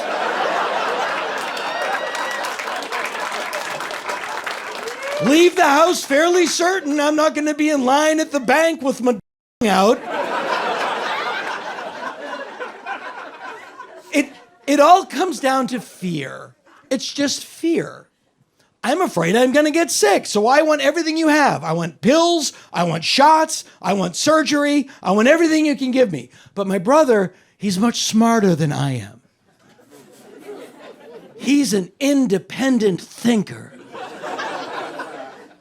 He thinks what all the other independent thinkers think.